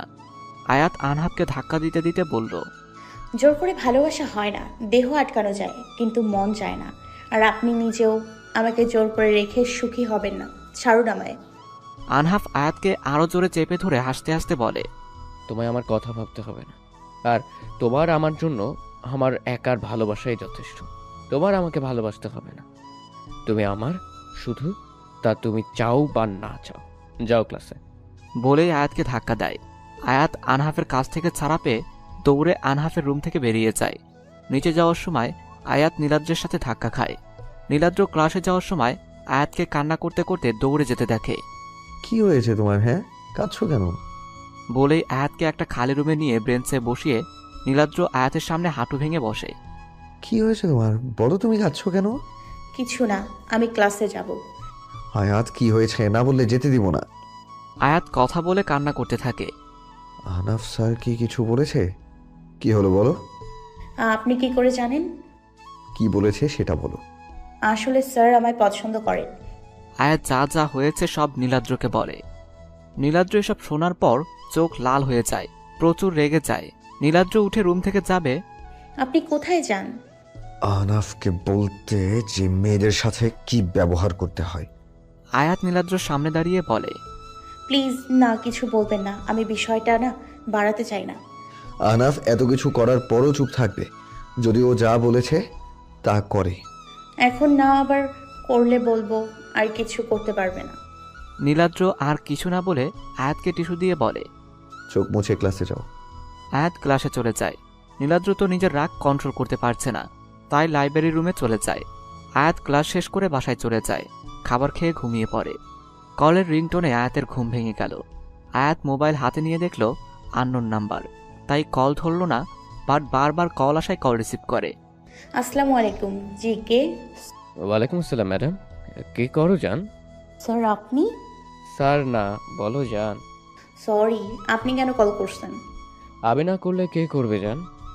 আমি আপনাকে পছন্দ করি না, আপনি কেন আমার বিরক্ত করছেন? তোর কি কথা কান দিয়ে যায় না? তুই আমারে পছন্দ করস বা না করস, তুই শুধু আমার। আপনার ইচ্ছায় সবকিছু হবে না, আমি যা বলবো তাই হবে। আর আপনি ভালোবাসার মানে জানেন না।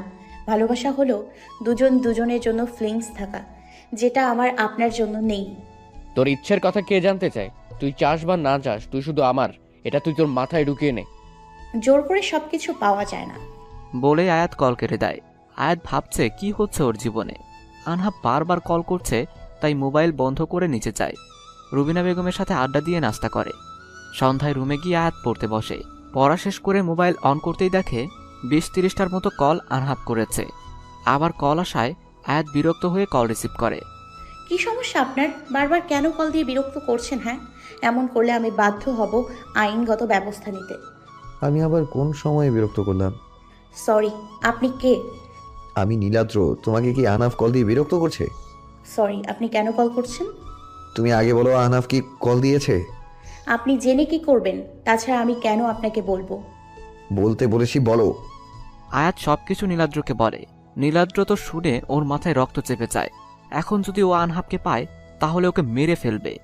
ও, ডিনার করে ঘুমাও। আয়াত নীলাদ্রের কথা শুনে অবাক হয়ে যায়। অসভ্য পোলা, কিছু বললি না যে আমি দেখছি বিষয়টা? তা না বলে বলল ও এর 14 গুষ্টি মারি। পাষাণ পোলা, সান্ত্বনাও দিল না। আয়াত নীলাদ্রকে বকতে বকতে নিচে যায়। ডিনার করে আব্বু আম্মুর সাথে আড্ডা দিয়ে ঘুমাতে চলে যায়। অন্যদিকে নীলাদ্র অভিকে কল দেয়। শোন, তুই আহনাফের ওপর নজর রাখ, আর ওর ব্যাপারে সব খবর আমায় দিবি। কি রে, কার সাথে কথা বলছিস? নীলাদ্র পিছনে ঘুরে নিলয়কে দেখে হাসি দিয়ে বলল, এই তো অভির সাথে কথা বলি, বসো তুমি। ও, তা তোকে আবার কিছু বলা ছিল। বলো। তুই কি আয়াতকে পছন্দ করিস? না, কি আবুল তাবুল প্রশ্ন করো। আমি জানি তুই পছন্দ করস আয়াত, কিন্তু তোকে পছন্দ করে। আয়াত কি নিজের মুখে তোমায় বলেছে? না, বাট ওর ওই দিনে ব্যবহারে বুঝলাম। মানবতার জন্য করছে। আমার জায়গায় অন্য কেউ থাকলে ও এটাই করতো। আয়াতের চোখে তোর জন্য ভালোবাসা দেখেছি। ও, তুইও ভালোবাসিস আমি জানি, শুধু বলবো ভালোবাসলে বলে দে, পরে না হয় দেরি হয়ে যাবে। আচ্ছা, আমি যাই। বলে নিলয় চলে যায়। নীলাদ্র ভাবতে থাকে নিলয়ের বলা কথাগুলো। নীলাদ্র ভাবল আনহাফের কাহিনী শেষ করে আয়াতকে প্রপোজ করবে। নীলাদ্র আয়াতের কথা ভাবতে ভাবতে ঘুমিয়ে পড়ে। নীলাদ্র ও আয়াত কলেজের ক্যান্টিনে দুজনে মুখোমুখি বসে আছে। আয়াত কান্না করছে অনবরত, আর নীলাদ্র চোখ মুখ শক্ত করে বসে আছে। ফ্ল্যাশব্যাক। আয়াত সকালে যখন কলেজে আসে প্রথমেই নীলাদ্রের সাথে দেখা হয়। আয়াত নীলাদ্রের সাথে কথা বলে ক্লাসে যাওয়ার সময় কেউ আয়াতকে টেনে ফাঁকা ক্লাসে নিয়ে যায়। কি করছেন আপনি? ছাড়ুন আমায়। তোর ছেলেদের সাথে এত কিসের ডলাডলি? হ্যাঁ, ফালতু কথা বলবেন না। আপনি আমায় টাচ করছেন কেন? আমি ছুঁয়ে দিলে তোর সমস্যা, নীলাদ্র ছুলে ভালো লাগে? ছি, কতটা নিচু মনের মানুষ। আমি নিচ, তাই দেখ নিচু মানুষ কি করতে পারে। বলেই আয়াতের হিজাবে টান দেয়। আয়াত আনহাফকে জোরে ধাক্কা দেয়। আনহাফ আয়াতের থেকে দূরে সরে যায়। আনহাফ আবার আসতে নিলেই, আপনি একটা খারাপ মানুষ, ক্যারেক্টারলেস মানুষ।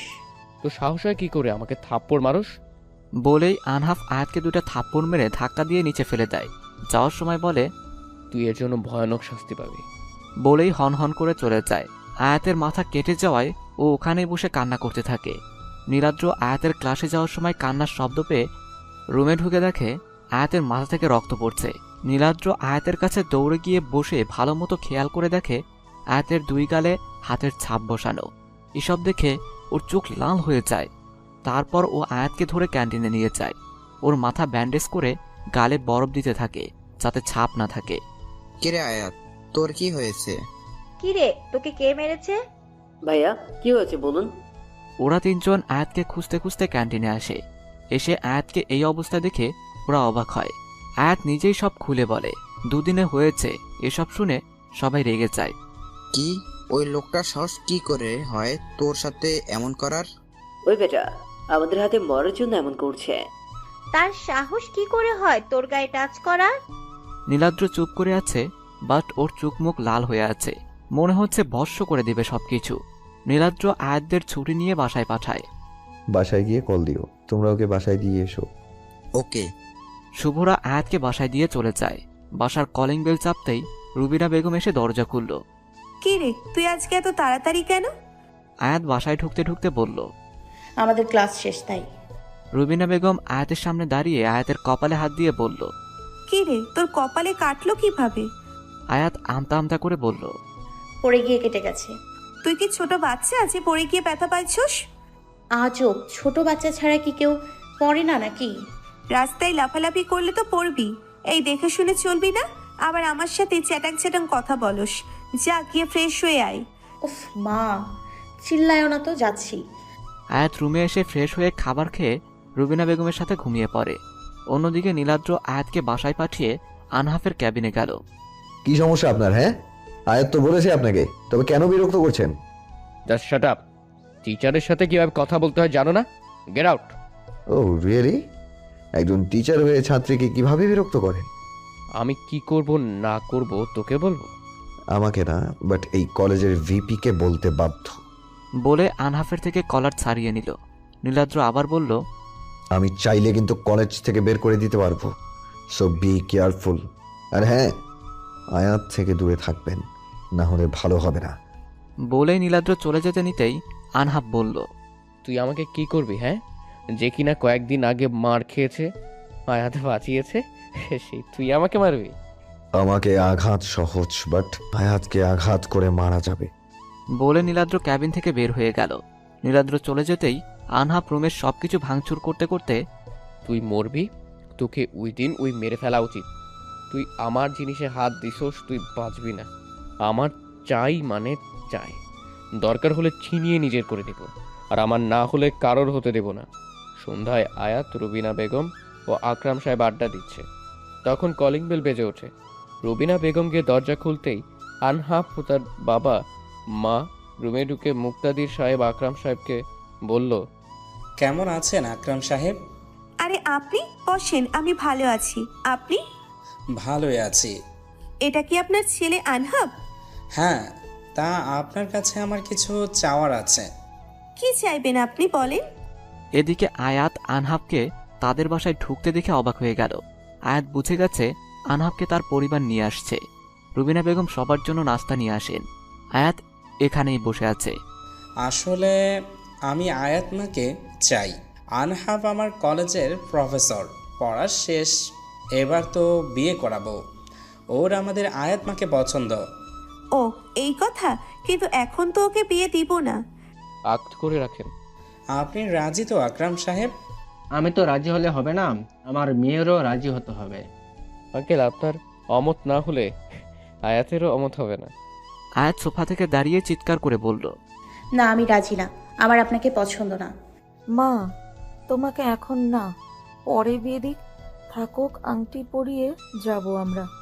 আনহাফের মা শারমিন বেগম, আন্টি, আপনি আমার কথা কি কিছু বোঝেন নাই? আমি আপনার ছেলেকে কখনো বিয়ে করব না। বাবা বলে দাও ওনাদের। কিন্তু মা, তুমি আমার কথাটা। মা শান্ত হ মুক্তাদির সাহেব, আমি আমার মেয়েকে বিয়ে দেব না। আনহাফ সোফা থেকে উঠে বলে, কেন, আমার কি নাই যে তুই আমাকে বিয়ে করবি না? আপনার মতো নীচ মানুষকে আমি কখনো না, অসম্ভব। আপনি আমার সাথে এত কিছু করে ভাবলেন কি করে আপনাকে আমি বিয়ে করব? আনহাফ থামো, তুমি কেন আনহাফকে পছন্দ করো না? আনহাফ তো তোমাকে ভালোবাসে। আপনার ছেলে আর ভালোবাসা, সে তো ভালোবাসার মানেই বোঝে না। যদি বুঝতো তাহলে আমাকে ফোন দিয়ে বিরক্ত বা আমার গায়ে হাত তুলতো না। আমার না মানে না, তাহলে কেন আমায় জোর করছেন? আয়াত তোর কপালে চোট এই ছেলে দিচ্ছে। হ্যাঁ মা। চলে যান আপনারা আমার বাড়ি থেকে। আমার মেয়ের গায়ে হাত তুলে আবার বিয়ের প্রস্তাব নিয়ে আসছে। তো কি করব? আমার যেটা চাই সেটা চাই, ওইটা না পেলে ছিনিয়ে নিব। আর তোকে ভালো করে বলছি, ভালো লাগে না তোকে তুলে নিয়ে আমি বিয়ে করব। সোফায় লাথি মেরে চিল্লায়া বলে, আহনাফ, মুখ সামলে আমার মেয়েকে আমার সামনে ধমক দিচ্ছ? হ্যাঁ দিচ্ছি। হ্যাঁ আঙ্কেল, আপনাকে বলছি, আপনার মেয়েকে বোঝান, না হলে আপনাদের সম্মান আর থাকবে না। তুমি আমাকে থ্রেট দিচ্ছ? হ্যাঁ, আমি মেয়েকে দেব না। দেখি কি করে বেরিয়ে যাও আমার বাড়ি থেকে। Get out my house. Akram সাহেব, আপনি আমার... না মুক্তাদির সাহেব, আমার মেয়ের কথাই আমার কথা, আপনারা যান, আর আসবেন না কখনো। বিয়ে তো আপনার মেয়েকেই করব, দরকার পড়লে তুলে নিব, আর এই অপমানের শোধ আমি নিব। আসি। বলেই আনহাফ ও তার পরিবারের সবাই আয়াতের বাসা থেকে চলে গেল। মা, তুই আমাকে বললি না কেন এসব ব্যাপারে? বাবা, আমি তোমাদের চিন্তিত করতে চাইনি। শোনো, তুমি চিঠি করে দাও এই ছেলের নামে। হ্যাঁ, আমি ব্যবস্থা করছি মা, তুই কোনো টেনশন করিস না। বাবা আসি তো। আয়াতের মাথায় হাত বুলিয়ে বলেই আয়াত রুমে চলে গেল। রুমে গিয়ে শুভ, রকি, তিথি সবাইকে কনফারেন্স কলে নিয়ে সবাইকে সব খুলে বলল। কি বলিস? ওই ছেলেকে তো পিটাতে হবে। সাহস একটু বেশি ওই। আয়াত, তোকে মেসেজগুলো হয়তো এই আনাপ এই করেছে। হ্যাঁ, আমার মনে হয় নীলাদ্রকে আহনাফি মারছে। হ্যাঁ, নীলাদ্রি ভাইয়া যে কিছু লুকিয়েছে সবার থেকে বোঝা যায়। আয়াত শুভদের সাথে কথা বলে রাতে ডিনার করে ঘুমিয়ে পড়ে। সকালে কলেজে যাওয়ার পর আয়াতরা ও কয়েকজন ক্লাসমেট সবাই মিলে মাঠে আড্ডা দিচ্ছিল। চল আমরা ট্রুথ আর ডিয়ার খেলি। বোতল ঘোরা। শুভ বোতল ঘোরাতেই আয়াতের সামনে থামতেই সবাই চিল্লিয়ে উঠল। তুত নাকি ডেয়ার? ডিয়ার। আয়াত, তুই মিমিকে নকল করে দেখা। না না, ট্রুথ, ভুলে বলছি। ওকে করছি, কেউ কিন্তু হাসবি না। বলেই আয়াত দাঁড়িয়ে ওদের থেকে কিছুটা দূরে গিয়ে আবার ওদের কাছে হেঁটে আসে, ওদের দিকে হাত দেখিয়ে, হে গাইস, তোমরা জানো বাপি আমার জন্য দুবাই থেকে এই ব্যাগ এনেছে। কি সুন্দর এই ব্যাগটা, হবেই তো এর প্রাইস 1 লাখ। আয়াতের মিমিক্রি দেখে সবাই হাসতে হাসতে শেষ। আয়াতের এক ফ্রেন্ড বলল, দোস্ত পুরাটাই দিছোস? মিমি যেমন ঢং করে কথা বলে তুই ঠিক তেমনই করছস। আয়াত মাটিতে বসতে বসতে, হ্যাঁ, এই কথা যদি মিমি জানে তাহলে শেষ। ও এমন ঢং করে কথা বলে কেন? আমরা তো করবই। তখনই একটা মেয়ে এসে বলল, আয়াত, কে এখানে? আমি কেন? তোমাকে প্রিন্সিপাল স্যার ডাকছে। কেন? জানি না, দ্রুত যেতে বলছি। ও আচ্ছা, আমি যাই, তোরা ক্লাসে যা। স্যার, আপনি আমায় ডেকেছিলেন? বলেই আয়াত সামনে তাকিয়ে অবাক, কারণ প্রিন্সিপাল রুমে নেই, আনহাফ ছিল রুমে। আয়াত আনহাফকে দেখে চলে যেতে নিলেই আনহাফ এসেই আয়াতকে ধরে দরজা বন্ধ করে দেয়। আপনি দরজা কেন বন্ধ করছেন? আপনি কেন বিরক্ত করছেন? তুমি আমার কথা শুনো, আমি তোমাকে ছাড়া বাঁচবো না। আমি তোমাকে বড্ড ভালোবাসি, প্লিজ আমাকে আপন করো, আমি তোমাকে কখনো কষ্ট দিব না।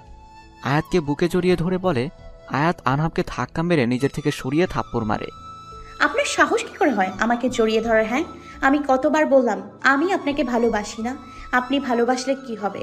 আমাকে ভালোবাসতে হবে। আমি আপনাকে কখনো ভালোবাসবো না, বুঝেছেন? আয়াত দরজা খুলে চলে যায়। আনহাফের চোখ প্রচন্ড লাল হয়ে আছে, যেন কোনো আগুনের ফুলকি।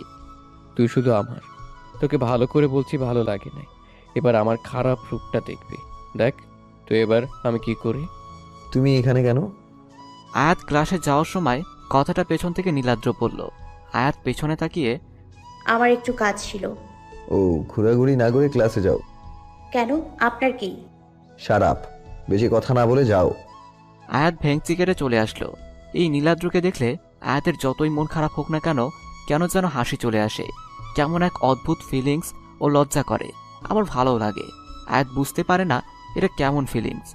আয়াত মনের অজান্তেই নীলাদ্রকে ভালোবেসে ফেলেছে, তা বুঝতে পারে না। আয়াত ক্লাসে চলে আসে। পাগল মেয়ে, আমাকে সবসময় লুকিয়ে লুকিয়ে দেখে, আবার সামনে আসলে লজ্জা পায়। কথায় নীলাদ্র বলেই হাসতে হাসতে ক্লাসে চলে গেল। আনহাফ আয়াতদের ক্লাসে এসে পড়া নেওয়ার বাহানায় আয়াতের কাছে যায়। এই, তুমি বলো পড়াটা। জি। আয়াত পড়া বলার সময় আনহাফ আয়াতের কানে কানে, তুমি যখন জানলে না, এবার জোর করে আমি নিব, জাস্ট ওয়েট অ্যান্ড সি। বলেই আয়াতকে বসতে বলে ক্লাস করিয়ে চলে যায় আনহাফ। চলে যেতেই শুভ জিজ্ঞেস করলো, কি বললো? কিছু না। কলেজ ছুটির পর ওরা চারজন ফুচকা খেয়ে আয়াত ও তিথি, শুভ ও রকি একসাথে চলে গেল। আয়াত তিথিকে বিদায় দিয়ে বাসার গেটে ঢুকবে, তখন একটা কালো গাড়ি এসে আয়াতের সামনে ব্রেক করলো। গাড়ি থেকে 3-4 জন নেমে আয়াতকে অজ্ঞান করে নিয়ে চলে যায়। আকস্মিক হওয়ায় আয়াত কিছু বলতেও পারেনি। এদিকে রুবিনা বেগম আয়াতের জন্য খাবার নিয়ে বসে আছে। দুপুর গড়িয়ে বিকেল হয়ে যায়, আয়াতের কোনো খবর নেই। আয়াতকে অনেক কলও দেয়, কিন্তু আয়াতের ফোন বন্ধ। তিনি টেনশনে পড়ে যায়। তিনি শুভকে কল করে, তোরা কই সবাই, আর আয়াতের ফোন বন্ধ কেন? কি, আয়াতের ফোন বন্ধ? আয়াত বাসায় যায় নাই? না, আসে নাই। তোরা কি বাসায়? হ্যাঁ আন্টি, আমরা তো 2টায় বাসায় আসছি। আয়াত ও তিথি তো গলিতে ঢুকলো, তাহলে বাসায় যায় নাই কেন? ও আচ্ছা, আমি তিথিকে কল করছি, বাট ওর মোবাইলও বন্ধ। আমি তিথির বাসায় যাচ্ছি। রুবিনা বেগম কল কেটে বাসা থেকে তালা মেরে তিথির বাসায় ঢুকতেই দেখে তিথি ও তিথির মাকে কথা বলতে দেখে। আরে ভাবি, আপনি? আয়াত কই? আয়াত তো বাসায় যাই নাই। আন্টি কি বলেন? আয়াত তো বাসায় গেছে। মা, ও তো বাসায় যাই নাই। আমার বিয়ের কিছু করলো না তো ওই আনহাব। হয়তো। ভাবি, ভাইকে কল দেন। তিথি, তুই শুভদের খবর দে। রুবিনা বেগম আকরাম সাহেবকে কল দেয়। শুভরা খবর পেয়ে তিথিদের বাসায় যায়। আকরাম সাহেব পুলিশে কমপ্লেন করে, আর শুভ নীলাদ্রদের খবর দেয়। পুরো এলাকায় আয়াতকে খুঁজে কোথাও পায়নি। সবাই আনহাফের বাসায় যায়। আপনার ছেলে কই? আপনারা এখানে কেন? আমার মেয়ে কই? আমরা কিভাবে জানবো? আয়াত, কোথায় আমার মেয়ে? কোথায় লুকিয়ে রাখছো? আপনার নামে অভিযোগ রয়েছে, আমি বাড়ি তালাশি করব। ওকে, করেন। বলেই আনহাফ সোফায় পা তুলে বসে টিভি দেখতে থাকে। পুলিশরা খুঁজে কিছু পায় না। সরি বিরক্ত করার জন্য। আমার বাড়ি থেকে বের হন। আমার মেয়ে কই? আমরা জানি তুমি করছো সব। মুখ সামলে। আপনার মেয়ে কি আকাম না কুকাম করে ছেলে নিয়ে পালাইছে? এই দোষ আমার ছেলেকে দেন কেন? মুখ সামলে। আমার মা ঠিকই বলেছে, চরিত্রহীন মেয়ে নিয়ে আমাকে বলতে আসছে বের হন বাসা থেকে, নাহলে ঘাট ধাক্কা দিয়ে বের করবো। মুখ সামলে। আয়াতের নামে আর কোনো বাজে কথা না। আর যদি তুই আয়াতে ছি, এই আপনার ভালোবাসা? কিভাবে আয়াতের নামে এইসব বলেন? আরে এতদিন যা করছে আয়াত না করছে তাই পেছনে পড়ছে। সবাই নিজের দাপট দেখানোর জন্য। নো মোর ওয়ার্ডস, গেট আউট। সবাই মুক্তাদির বাড়ি থেকে চলে আসে। আয়াতের মা বাবা দুজনেই অসুস্থ হয়ে পড়ে। সবাই আয়াতের বাসায় যায়। আয়াতের মা বাবার সাথে আয়াতের মামা মামি ও তিথির মাও বাসায় থাকে। শুভরা, নীলাদ্ররা সবাই আয়াতকে খুঁজতে থাকে। পুলিশও তালাশি করছে আয়াতের। সবাই হন্যে হয়ে আয়াতকে খুঁজছে। আয়াতের জ্ঞান ফিরতেই দেখে অচেনা এক রুমে আয়াত শুয়ে আছে। আয়াত দরজার কাছে যেতেই দেখল দরজা বাইরে থেকে বন্ধ। আয়াত পুরো রুম ভালো করে দেখতে থাকে যে কোনো দিক দিয়ে পালানো যায় নাকি, কিন্তু না, সব দিক দিয়ে বন্ধ। এ ঘর থেকে পালানো সম্ভব না। দরজা ধাক্কা দিতে দিতে বলে, কে আপনি? আমায় কেন আনছেন? প্লিজ আমায় যেতে দিন, দরজাটা খুলুন।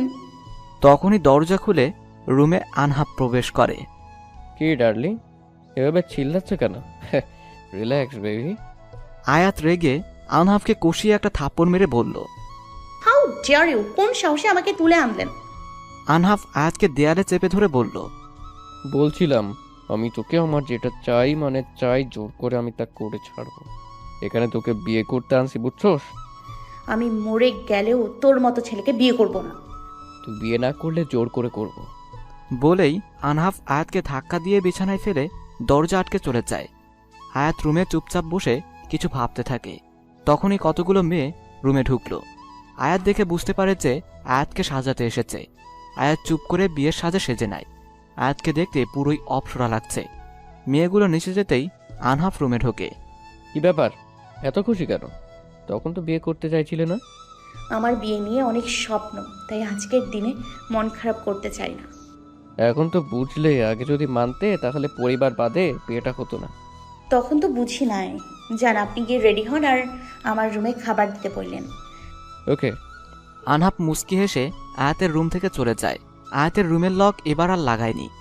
আনহাফ রুম থেকে বের হতেই আয়াত বাইরের পরিবেশ দেখল। সবাই সবার কাজ নিয়ে ব্যস্ত। তখনই এক মেয়ে রুমে খাবার নিয়ে আসে। আয়াত মেয়েটাকে নিচ থেকে লবণ আনতে বলে। মেয়েটা যেতেই আয়াত গহনা সব খুলে দরজার পেছনে লুকিয়ে পড়ে। মেয়েটা রুমে আসতেই মেয়েটার পিছনে মাথায় আঘাত করে এবং অজ্ঞান করে মেয়েটার শাড়ি নিচে পড়ে মেয়েটাকে বিয়ের লেহেঙ্গা পরিয়ে মেইন দরজা দিয়ে বের হবে। তখনই পেছন থেকে সার্ভেন্টের ডাক। আমি বাইরে থেকে আসছি কিছু বাজার নিয়ে। সার্ভেন্টটা আয়াতকে চিনতে পারেনি, তাই আয়াত তাড়াতাড়ি বাইরে বের হয়ে রাস্তায় দৌড়াতে থাকে। জায়গাটায় বেশি লোক নাই, কোনো বাড়িও নাই। শহর ছেড়ে গ্রামের শেষে শুনশান জায়গা। আবার কিছু চেনে না, তাই আয়াত দৌড়াতে দৌড়াতে কেউ আছে কিনা দেখতে থাকে, যাতে করে কারো কাছে সাহায্য চাইতে পারে। হঠাৎ আয়াতের সামনে একটা গাড়ি থামে। আয়াত আনহাফ আসছে মনে করে পালাতে যাবে, তখনই ওই নীলাদ্রকে দেখে দৌড়ে নীলাদ্রের কাছে যায়। আপনি চলুন এখান থেকে, আহনাফ চলে আসবে। ও আমাকে জোর করে বিয়ে করতে চায়। আমি থাকতে আহনাফ তা করতে পারবে না। ডোন্ট প্যানিক, আমি আছি, চলো। নীলাদ্র আয়াতকে গাড়িতে বসিয়ে বাসার উদ্দেশ্যে গাড়ি চালাতে থাকে। দুজনের মুখেই কোনো কথা নেই। আয়াত সিটে গায়ে এলিয়ে দেয়। এদিকে আনহাফ রেডি হয়ে আয়াতের রুমে গিয়ে দেখে আয়াত নেই। ও বুঝতে পারে আয়াত ওর সাথে নাটক করছে। আনহাফ তার দরবল নিয়ে আয়াতকে খুঁজতে বের হয়। আনহাফ খুঁজতে খুঁজতে নীলাদ্রের গাড়ি দেখে। ওদের গাড়ির সামনে ব্রেক কষে। হঠাৎ গাড়ির সামনে আসতেই নীলাদ্র গাড়ি থামায়। আয়াত আনহাফকে গাড়ি থেকে নামতে দেখে ভয় পেয়ে যায়। আনহাফকে দেখতে হিংস্র লাগছে, আবার হাতে বন্দুক ছিল। নীলাদ্র ও আয়াত গাড়ি থেকে নামে। আনহাফ আয়াতের দিকে তেড়ে আসতেই নীলাদ্র আয়াতের সামনে গিয়ে দাঁড়ায়। আনহাব নীলাদ্রকে ঘুষি মেরে নিচে ফেলে দেয়। নীলাদ্র ও আনহাবকে উঠে মারতে থাকে। আনহাব ও নীলাদ্রের মধ্যে মারামারি শুরু হয়। আয়াত দুজনকেই থামাতে চাইছে কিন্তু পারছে না। এর মধ্যেই আয়াতের পরিবার ও পুলিশ হাজির হয়। আনহাবকে পুলিশ অ্যারেস্ট করতে গেলে আনহাব আয়াতকে টেনে নিয়ে আয়াতের মাথায় বন্দুক ধরে। আমার না হলে কারণ না, ওর জন্য আমি কি করি নাই, কেন আয়াতকে আমার হতে দিচ্ছেন না? আমার মেয়েকে ছাড়ো। গুলি বের হয়ে যাবে আহনাফ। না ইন্সপেক্টর, একদম আমার কাছে আসবেন না, গুলি চালিয়ে দেব। তখনই আনহাফের গুন্ডারা এসে সবাইকে ধরে নিয়ে আনহাফের বাংলোতে নিয়ে যায়। সবার দিকে আনহাফের গুন্ডারা বন্দুক তাক করে রাখে। আনহাফ আয়াতকে বাংলোতে নিয়ে সবার সামনে থাপ্পড় মারে। আয়াত থাপ্পড়ের তাল সামলাতে না পেরে নিচে পড়ে যায়। আনহাফ চিল্লিয়ে বলে, তোর জন্য আমি সব ছাড়ছি, তোকে ভালো মতো আপন করতে চাইছি, না তুই আমাকে খারাপ বানাইলি। কি করছেন আপনি? আমার জন্য আমাকে ভালোবাসলে আমাকে শান্তিতে বাঁচতে দিচ্ছেন কি? আয়াত আবার চিল্লিয়ে বলে ওঠে, আপনি আমার পরিবার ও আমার আপনজনকে বেঁধে রাখছেন, আমার গায়ে হাত তুলছেন, আমার ইচ্ছেকে মেরে ফেলছেন। আনহাফ আয়াতকে ধাক্কা দিয়ে বলল, জানতে চাস আমি কি করছি? হ্যাঁ হ্যাঁ জানতে চাই। তবে শোন। ফ্ল্যাশব্যাক। আমাকে দিন ফর্ম প্লিজ, তাড়াতাড়ি। কখন থেকে আমি দাঁড়িয়ে আছি, আমাকে না দিয়ে অন্য কাউকে কেন দিচ্ছেন? আয়াত আজ কলেজে ভর্তি হতে আসছে। 30 মিনিট ধরে ফর্ম চাইছে কিন্তু ওকে দিচ্ছে না। ও ফ্রেন্ডদের সাথে আসছে, আকরাম সাহেব আসলে এতক্ষণে ভর্তি হয়ে যেত। কিন্তু আয়াত আকরাম সাহেবকে বলেছে ও একাই পারবে, কিন্তু এখানে এসে ফেসে গেছে। এক বস্তা বিরক্ত নিয়ে আয়াত দাঁড়িয়ে রইল। অন্যদিকে আয়াতের বিরক্ত মাখা মুখ দূরে দেখে কেউ প্রেমে পড়ে গেছে। আনহাব বাবার কলেজের কিছু কাজ সামলে আসছে। কেবিনে যাওয়ার সময় আনহাব এক মিষ্টি কণ্ঠে থেমে যায়। সামনে চেয়ে দেখে একটা বোরকা পরা কিউট মেয়ে বিরক্ত নিয়ে কথা বলে দাঁড়িয়ে আছে। এক মুহূর্তে আনহাফের মনে হলো কোনো এক ঘোরে আছে। আনহাব সেখান থেকে দাঁড়িয়ে আয়াতকে দেখতে লাগলো। প্রায় 1 ঘন্টা পর আয়াত ফর্ম পেল। আয়াত ফর্ম পূরণ করে আবার কাউন্টারে 30 মিনিটে লাইনে দাঁড়িয়ে থেকে ভর্তি হয়ে বাসায় চলে যায়। আনহাব এতক্ষণ আয়াতের দিকে মুগ্ধ নয়নে তাকিয়েছিল। আনহাব কলেজের কাজ করে বাসায় আসে, কিন্তু কিছুতেই ওই মায়াবী মুখটা ভুলতে পারছে না। কয়েকদিন চলে যায়, তারপরও আনহাব ওই মেয়েটাকে ভুলতে পারেনি। আনহাফের মন শুধু ওই মেয়েটাকেই খুঁজে চলেছে। আনহাব তার লোককে ওই কলেজের সব ফর্ম বের করতে বলে। আনহাব ফর্ম থেকে আয়াতকে খুঁজে বের করে, আয়াতের ব্যাপারে খোঁজ দেয়। আনহাফের ফুফাতো বোনের সাথে বিয়ে ঠিক হয়েছিল, কিন্তু এর মধ্যেই আয়াতের প্রেমে পড়ে যায়, তাই বিয়ে ভেঙে দেয়। আয়াতের সব খবর নিতে থাকে আনহাব। আনহাব কানাডার বিজনেস ছেড়ে বাংলাদেশে চলে আসে। এতে আনহাবের প্রায় 10 কোটি টাকা লস হয়। আনহাব কানাডার 1 নম্বর বিজনেসম্যান। কানাডার বিজনেস তার বন্ধুকে সব বুঝিয়ে দেশে ফেরে, কারণ সে আয়াতকে বিয়ে করতে চায়, সব সময় আয়াতকে দেখতে চায়। তাই আনহাব নিজের বাবার কলেজে টিচার হিসেবে জয়েন করে। আনহাফের বিজনেসই সব ছিল। টিচিং প্রফেশনটা আনহাফের ভালো লাগতো না, শুধুমাত্র আয়াতের জন্য সব করছে। আনহাফ লাইফে অনেক সুন্দর মেয়ে দেখছে, বাট এত ফিলিংস আসে নাই। আনহাফের জন্য মেয়েরা পাগল। আনহাফ দেখতে কোনো নায়কের চেয়ে কম না, কিন্তু তারপরও আনহাফ নিজেকে আয়াতের মতো করে তৈরি করে। বর্তমান তোর জন্য আমি বিলাসবহুল জীবন ছাড়ছি। তোকে কাব্য চৌধুরী আইডি থেকে মেসেজ দিতাম, কারণ তোর পছন্দ বলে সব করছি তোর জন্য। তুই আমাকে না ভালোবেসে অন্য কাউকে ভালোবাসিস। তুই সেটেল হওয়ার পর আমি তোকে বিয়ে করতাম, কিন্তু যা শুরু করছিলি তাই আমি বিয়ের প্রস্তাব দিই, তুই সেটা রিজেক্ট করস। তাই আমি জোর করে এত কিছু করি, আর কি করব, তোর জন্য তোকে যে পাগলের মতো ভালোবাসি। আয়াত সবকিছু শুনে স্তব্ধ হয়ে যায়। ও ভাবতেই পারে না যে আনহাফ ওকে এত ভালোবাসে, কিন্তু আয়াতও বা কি করবে? আয়াতও যে নীলাদ্রকে ভালোবাসে। আয়াতকে চুপ থাকতে দেখে আনহাফ বলে, এই নীলাদ্রই পথের কাটাও না থাকলে আয়াত আমার ওর জন্যই সব হয়েছে। বলেই আনহাফ নীলাদ্রের দিকে গুলি ছোড়ে। নীলাদ্র বলেই আয়াত দৌড়ে গিয়ে নীলাদ্রের সামনে দাঁড়ায়। গুলি আয়াতের বুকে গিয়ে বেঁধে। নীলাদ্র আয়াতকে বুকে জড়িয়ে আয়াত। সবাই আকস্মিক ঘটনায় অবাক হয়ে যায়। কেউ ভাবতে পারেনি আয়াত নীলাদ্রের সামনে চলে আসবে। সবাই আয়াত বলে চিৎকার করে ওঠে। সবাই আয়াতের দিকে ছুটে আসে, কান্না করতে করতে, মামুনি তুই কি করলে? আয়াত, মা আমার, চোখ খোল। বলেই রুবিনা বেগম অজ্ঞান হয়ে যায়। আয়াতের মামি রুবিনা বেগমকে ধরে। সবাই আয়াতকে ধরে কান্না করতে থাকে। আনহাব ভাবেনি যে আয়াত এমন একটা কাজ করবে। আনহাব থ মেরে বসে আছে। আনহাবের যেন জীবনটাই বের হয়ে গেছে এমন মনে হচ্ছে। আনহাব কোনো রিয়াকশন করতে পারছে না, নিজেকে কেমন পাথর লাগছে। আনহাব হঠাৎ করে বুঝতে পারে ওর প্রাণ পাখি মারা যাচ্ছে। আনহাফ উঠে দৌড়ে গিয়ে সবাইকে ঠেলে, কি করছিস তুই? আমার মেয়েকে মেরে আবার আফসোস? ওকে হসপিটালে নিতে হবে।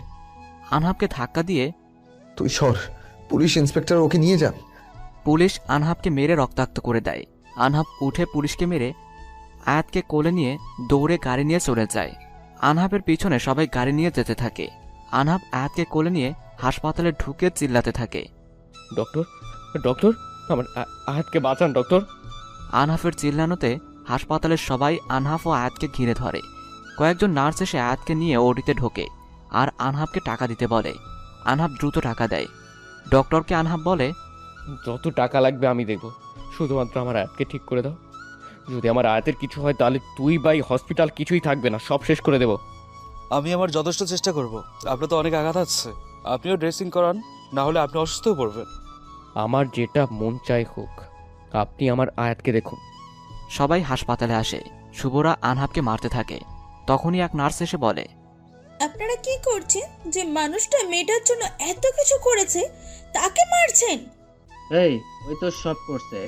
আমি জানি না কি করেছে, বাট যে নিজে ঠিক মতন চলতে পারছে না, যার শরীর থেকে এত রক্ত বের হয়েছে কিন্তু মেয়েটার জন্য পাগলের মতন করছে, তাকে মারছেন?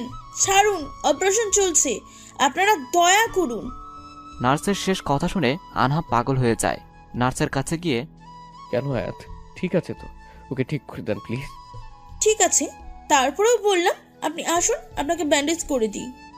না, আমার আয়াত ঠিক হওয়া পর্যন্ত কোথাও যাব না। আনহাফ পাগলের মতো করছে। সবাই আনহাফের পাগলামি দেখে অবাক হয়ে যায়।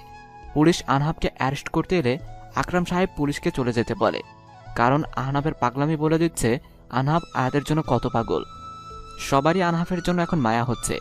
নীলাদ্রও আয়াতকে ভালোবাসে, কিন্তু নীলাদ্রের থেকে 1000 গুণ বেশি ভালোবাসে আনহাফ আয়াতকে। আনাফ, রিল্যাক্স, তোর রক্ত ঝরছে, রক্ত বন্ধ না করলে তোমার বাঁচা মুশকিল হবে। আয়াত না আসা পর্যন্ত আমি যাব না।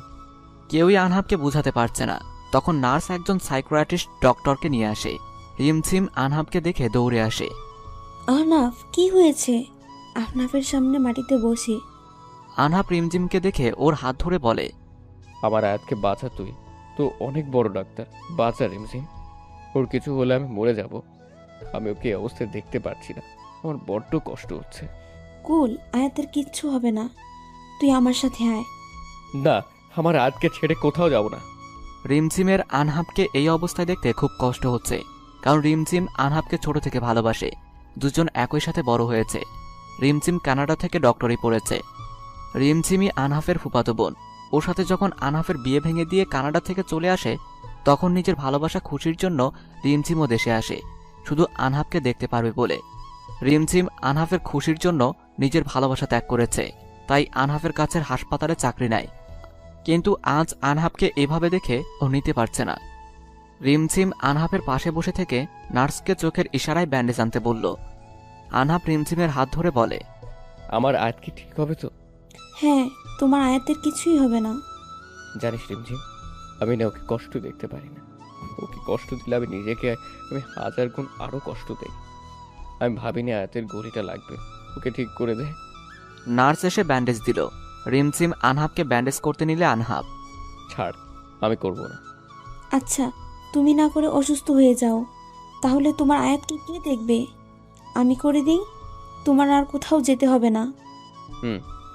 আনহাফকে রিমঝিম ব্যান্ডেজ করে দেয়। নীলাদ্র প্রচুর কাঁদছে। নীলাদ্র শক্ত হয়ে বসে আছে। বাকি সবার তো অবস্থা খারাপ। ডক্টর ওটি থেকে বেরিয়ে আসে।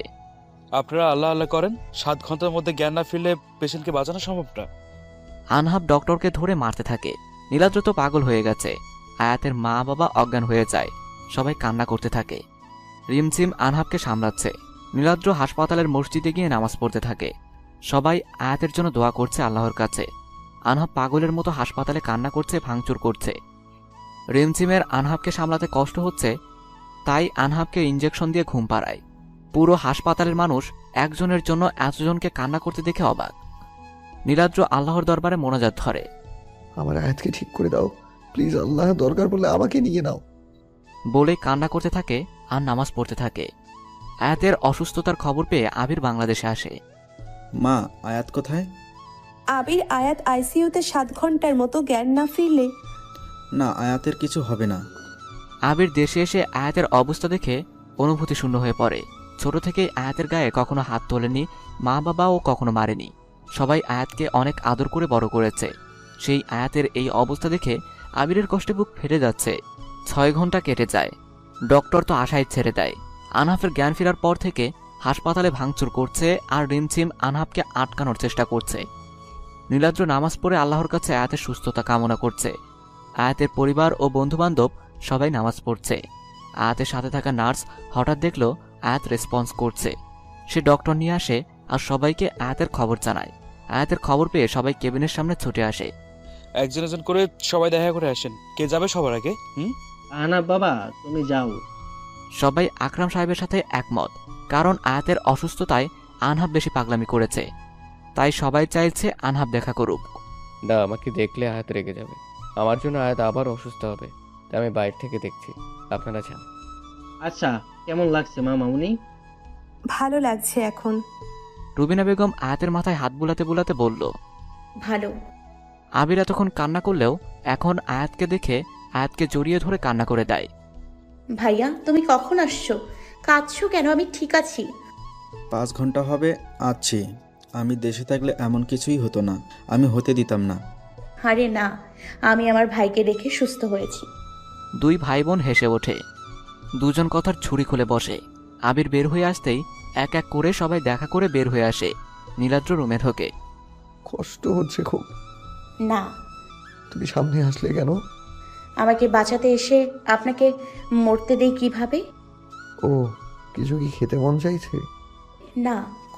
কিছুক্ষণ কথা বলে নীলাদ্র রুম থেকে চলে আসে। 15 দিন আয়াত হাসপাতালে থাকে। নীলাদ্র প্রতিদিন 4 থেকে 5 ঘন্টা আয়াতের সাথে কাটাতো। আয়াতের মা ও মামি আয়াতের সাথে হাসপাতালে থাকে। সবাই আয়াতের সাথে দেখা করত। আনহাব 15 দিন হাসপাতালে ছিল, কিন্তু একদিনও আয়াতের সামনে যায় নাই, সবসময় দূরে থাকতো। আনহাফের এই কয়েকদিন আয়াতের থেকে দূরে থাকতে অনেক কষ্ট হয়েছে। আনহাফ এখন বুঝতে পারছে জোর করে ভালোবাসা পাওয়া যায় না। তাই আনহাফ কলেজের চাকরি ছেড়ে বাংলাদেশ ছেড়ে কাল ফ্লাইটে কানাডা চলে যাবে। তাই আজকে কাব্য চৌধুরী আইডি থেকে আয়াতকে মেসেজ দেয়, প্লিজ আমার সাথে কাল দেখা করো শেষবারের জন্য। আয়াত মেসেজ দেখে হা হয়ে যায়, কারণ আয়াতেরও আনহাফের কথা অনেক মনে পড়ে, কিন্তু আনহাফকে আর কখনো দেখে নাই। কোথায় দেখা করব? কলেজের পিছনে কৃষ্ণচূড়া গাছের নিচে এসো। ওকে। আয়াত কলেজে যায়। তিথিদের বলে, আমি আনহাফের সাথে দেখা করে আসছি। আয়াত কলেজের পিছনে চলে যায়। আয়াত বেঞ্চে আনহাফকে বসে থাকতে দেখে। আয়াতের উপস্থিতি বুঝে আনহাফ ঘুরে তাকাতেই আয়াত অবাক হয়ে যায়, কারণ আনহাফের চোখে কালো দাগ, মুখটা কেমন শুকিয়ে গেছে। 17 দিনে আনহাফের অবস্থা কতটা চেঞ্জ হয়ে গেছে। আয়াত আনহাফের পাশে এসে বলল, কেমন আছেন? ভালো, তুমি? ভালো। আপনি আমার সাথে দেখা করতে আসলেন না কেন? আমাকে মিস করছিলে বুঝি? হ্যাঁ, যে আমাকে এত ভালোবাসে সে কেন দেখা করতে আসলো না?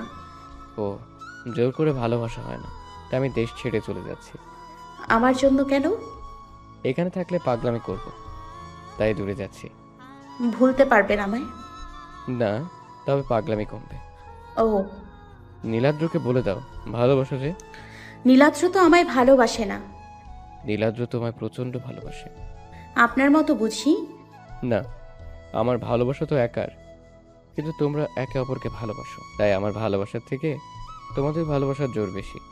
I am sorry. তোমার কোনো দোষ নাই। ভালো থেকো প্রিয়। বলেই আনহাফ চলে যেতে থাকে। কিছুটা দূরে গিয়ে ঘুরে বলে, স্পর্শ নয়, অনুভবেও ভালোবাসা যায়। হোক না দূরত্ব, তাতে কি আসে যায়। বলেই আনহাফ গাড়ি নিয়ে চলে যায়। হয়তো এভাবেই প্রচণ্ডভাবে যাকে ভালোবাসি তার ভালোর জন্য তাকে ছেড়ে দিতে হয়। এভাবেই একতরফা ভালোবাসাগুলো দূরে চলে যায়। আনহাফের সাথে রিমঝিম ও ভালোবাসার টানে কানাডা চলে যায়। আয়াত বাসায় চলে আসে। পরিবার, বন্ধুবান্ধব ও কলেজে ভালোই দিন চলে যায়। প্রায় 7-8 মাস পর আয়াতের বার্থডের দিন আয়াত কলেজে যায়। কলেজে ঢুকে তিথিরা কোথায় যেন যায়, তাই আয়াত ক্লাসের দিকে যায়। ক্লাসরুম ফাঁকা, কেউ নেই। তখনই সবাই চিল্লিয়ে বার্থডে উইশ করে।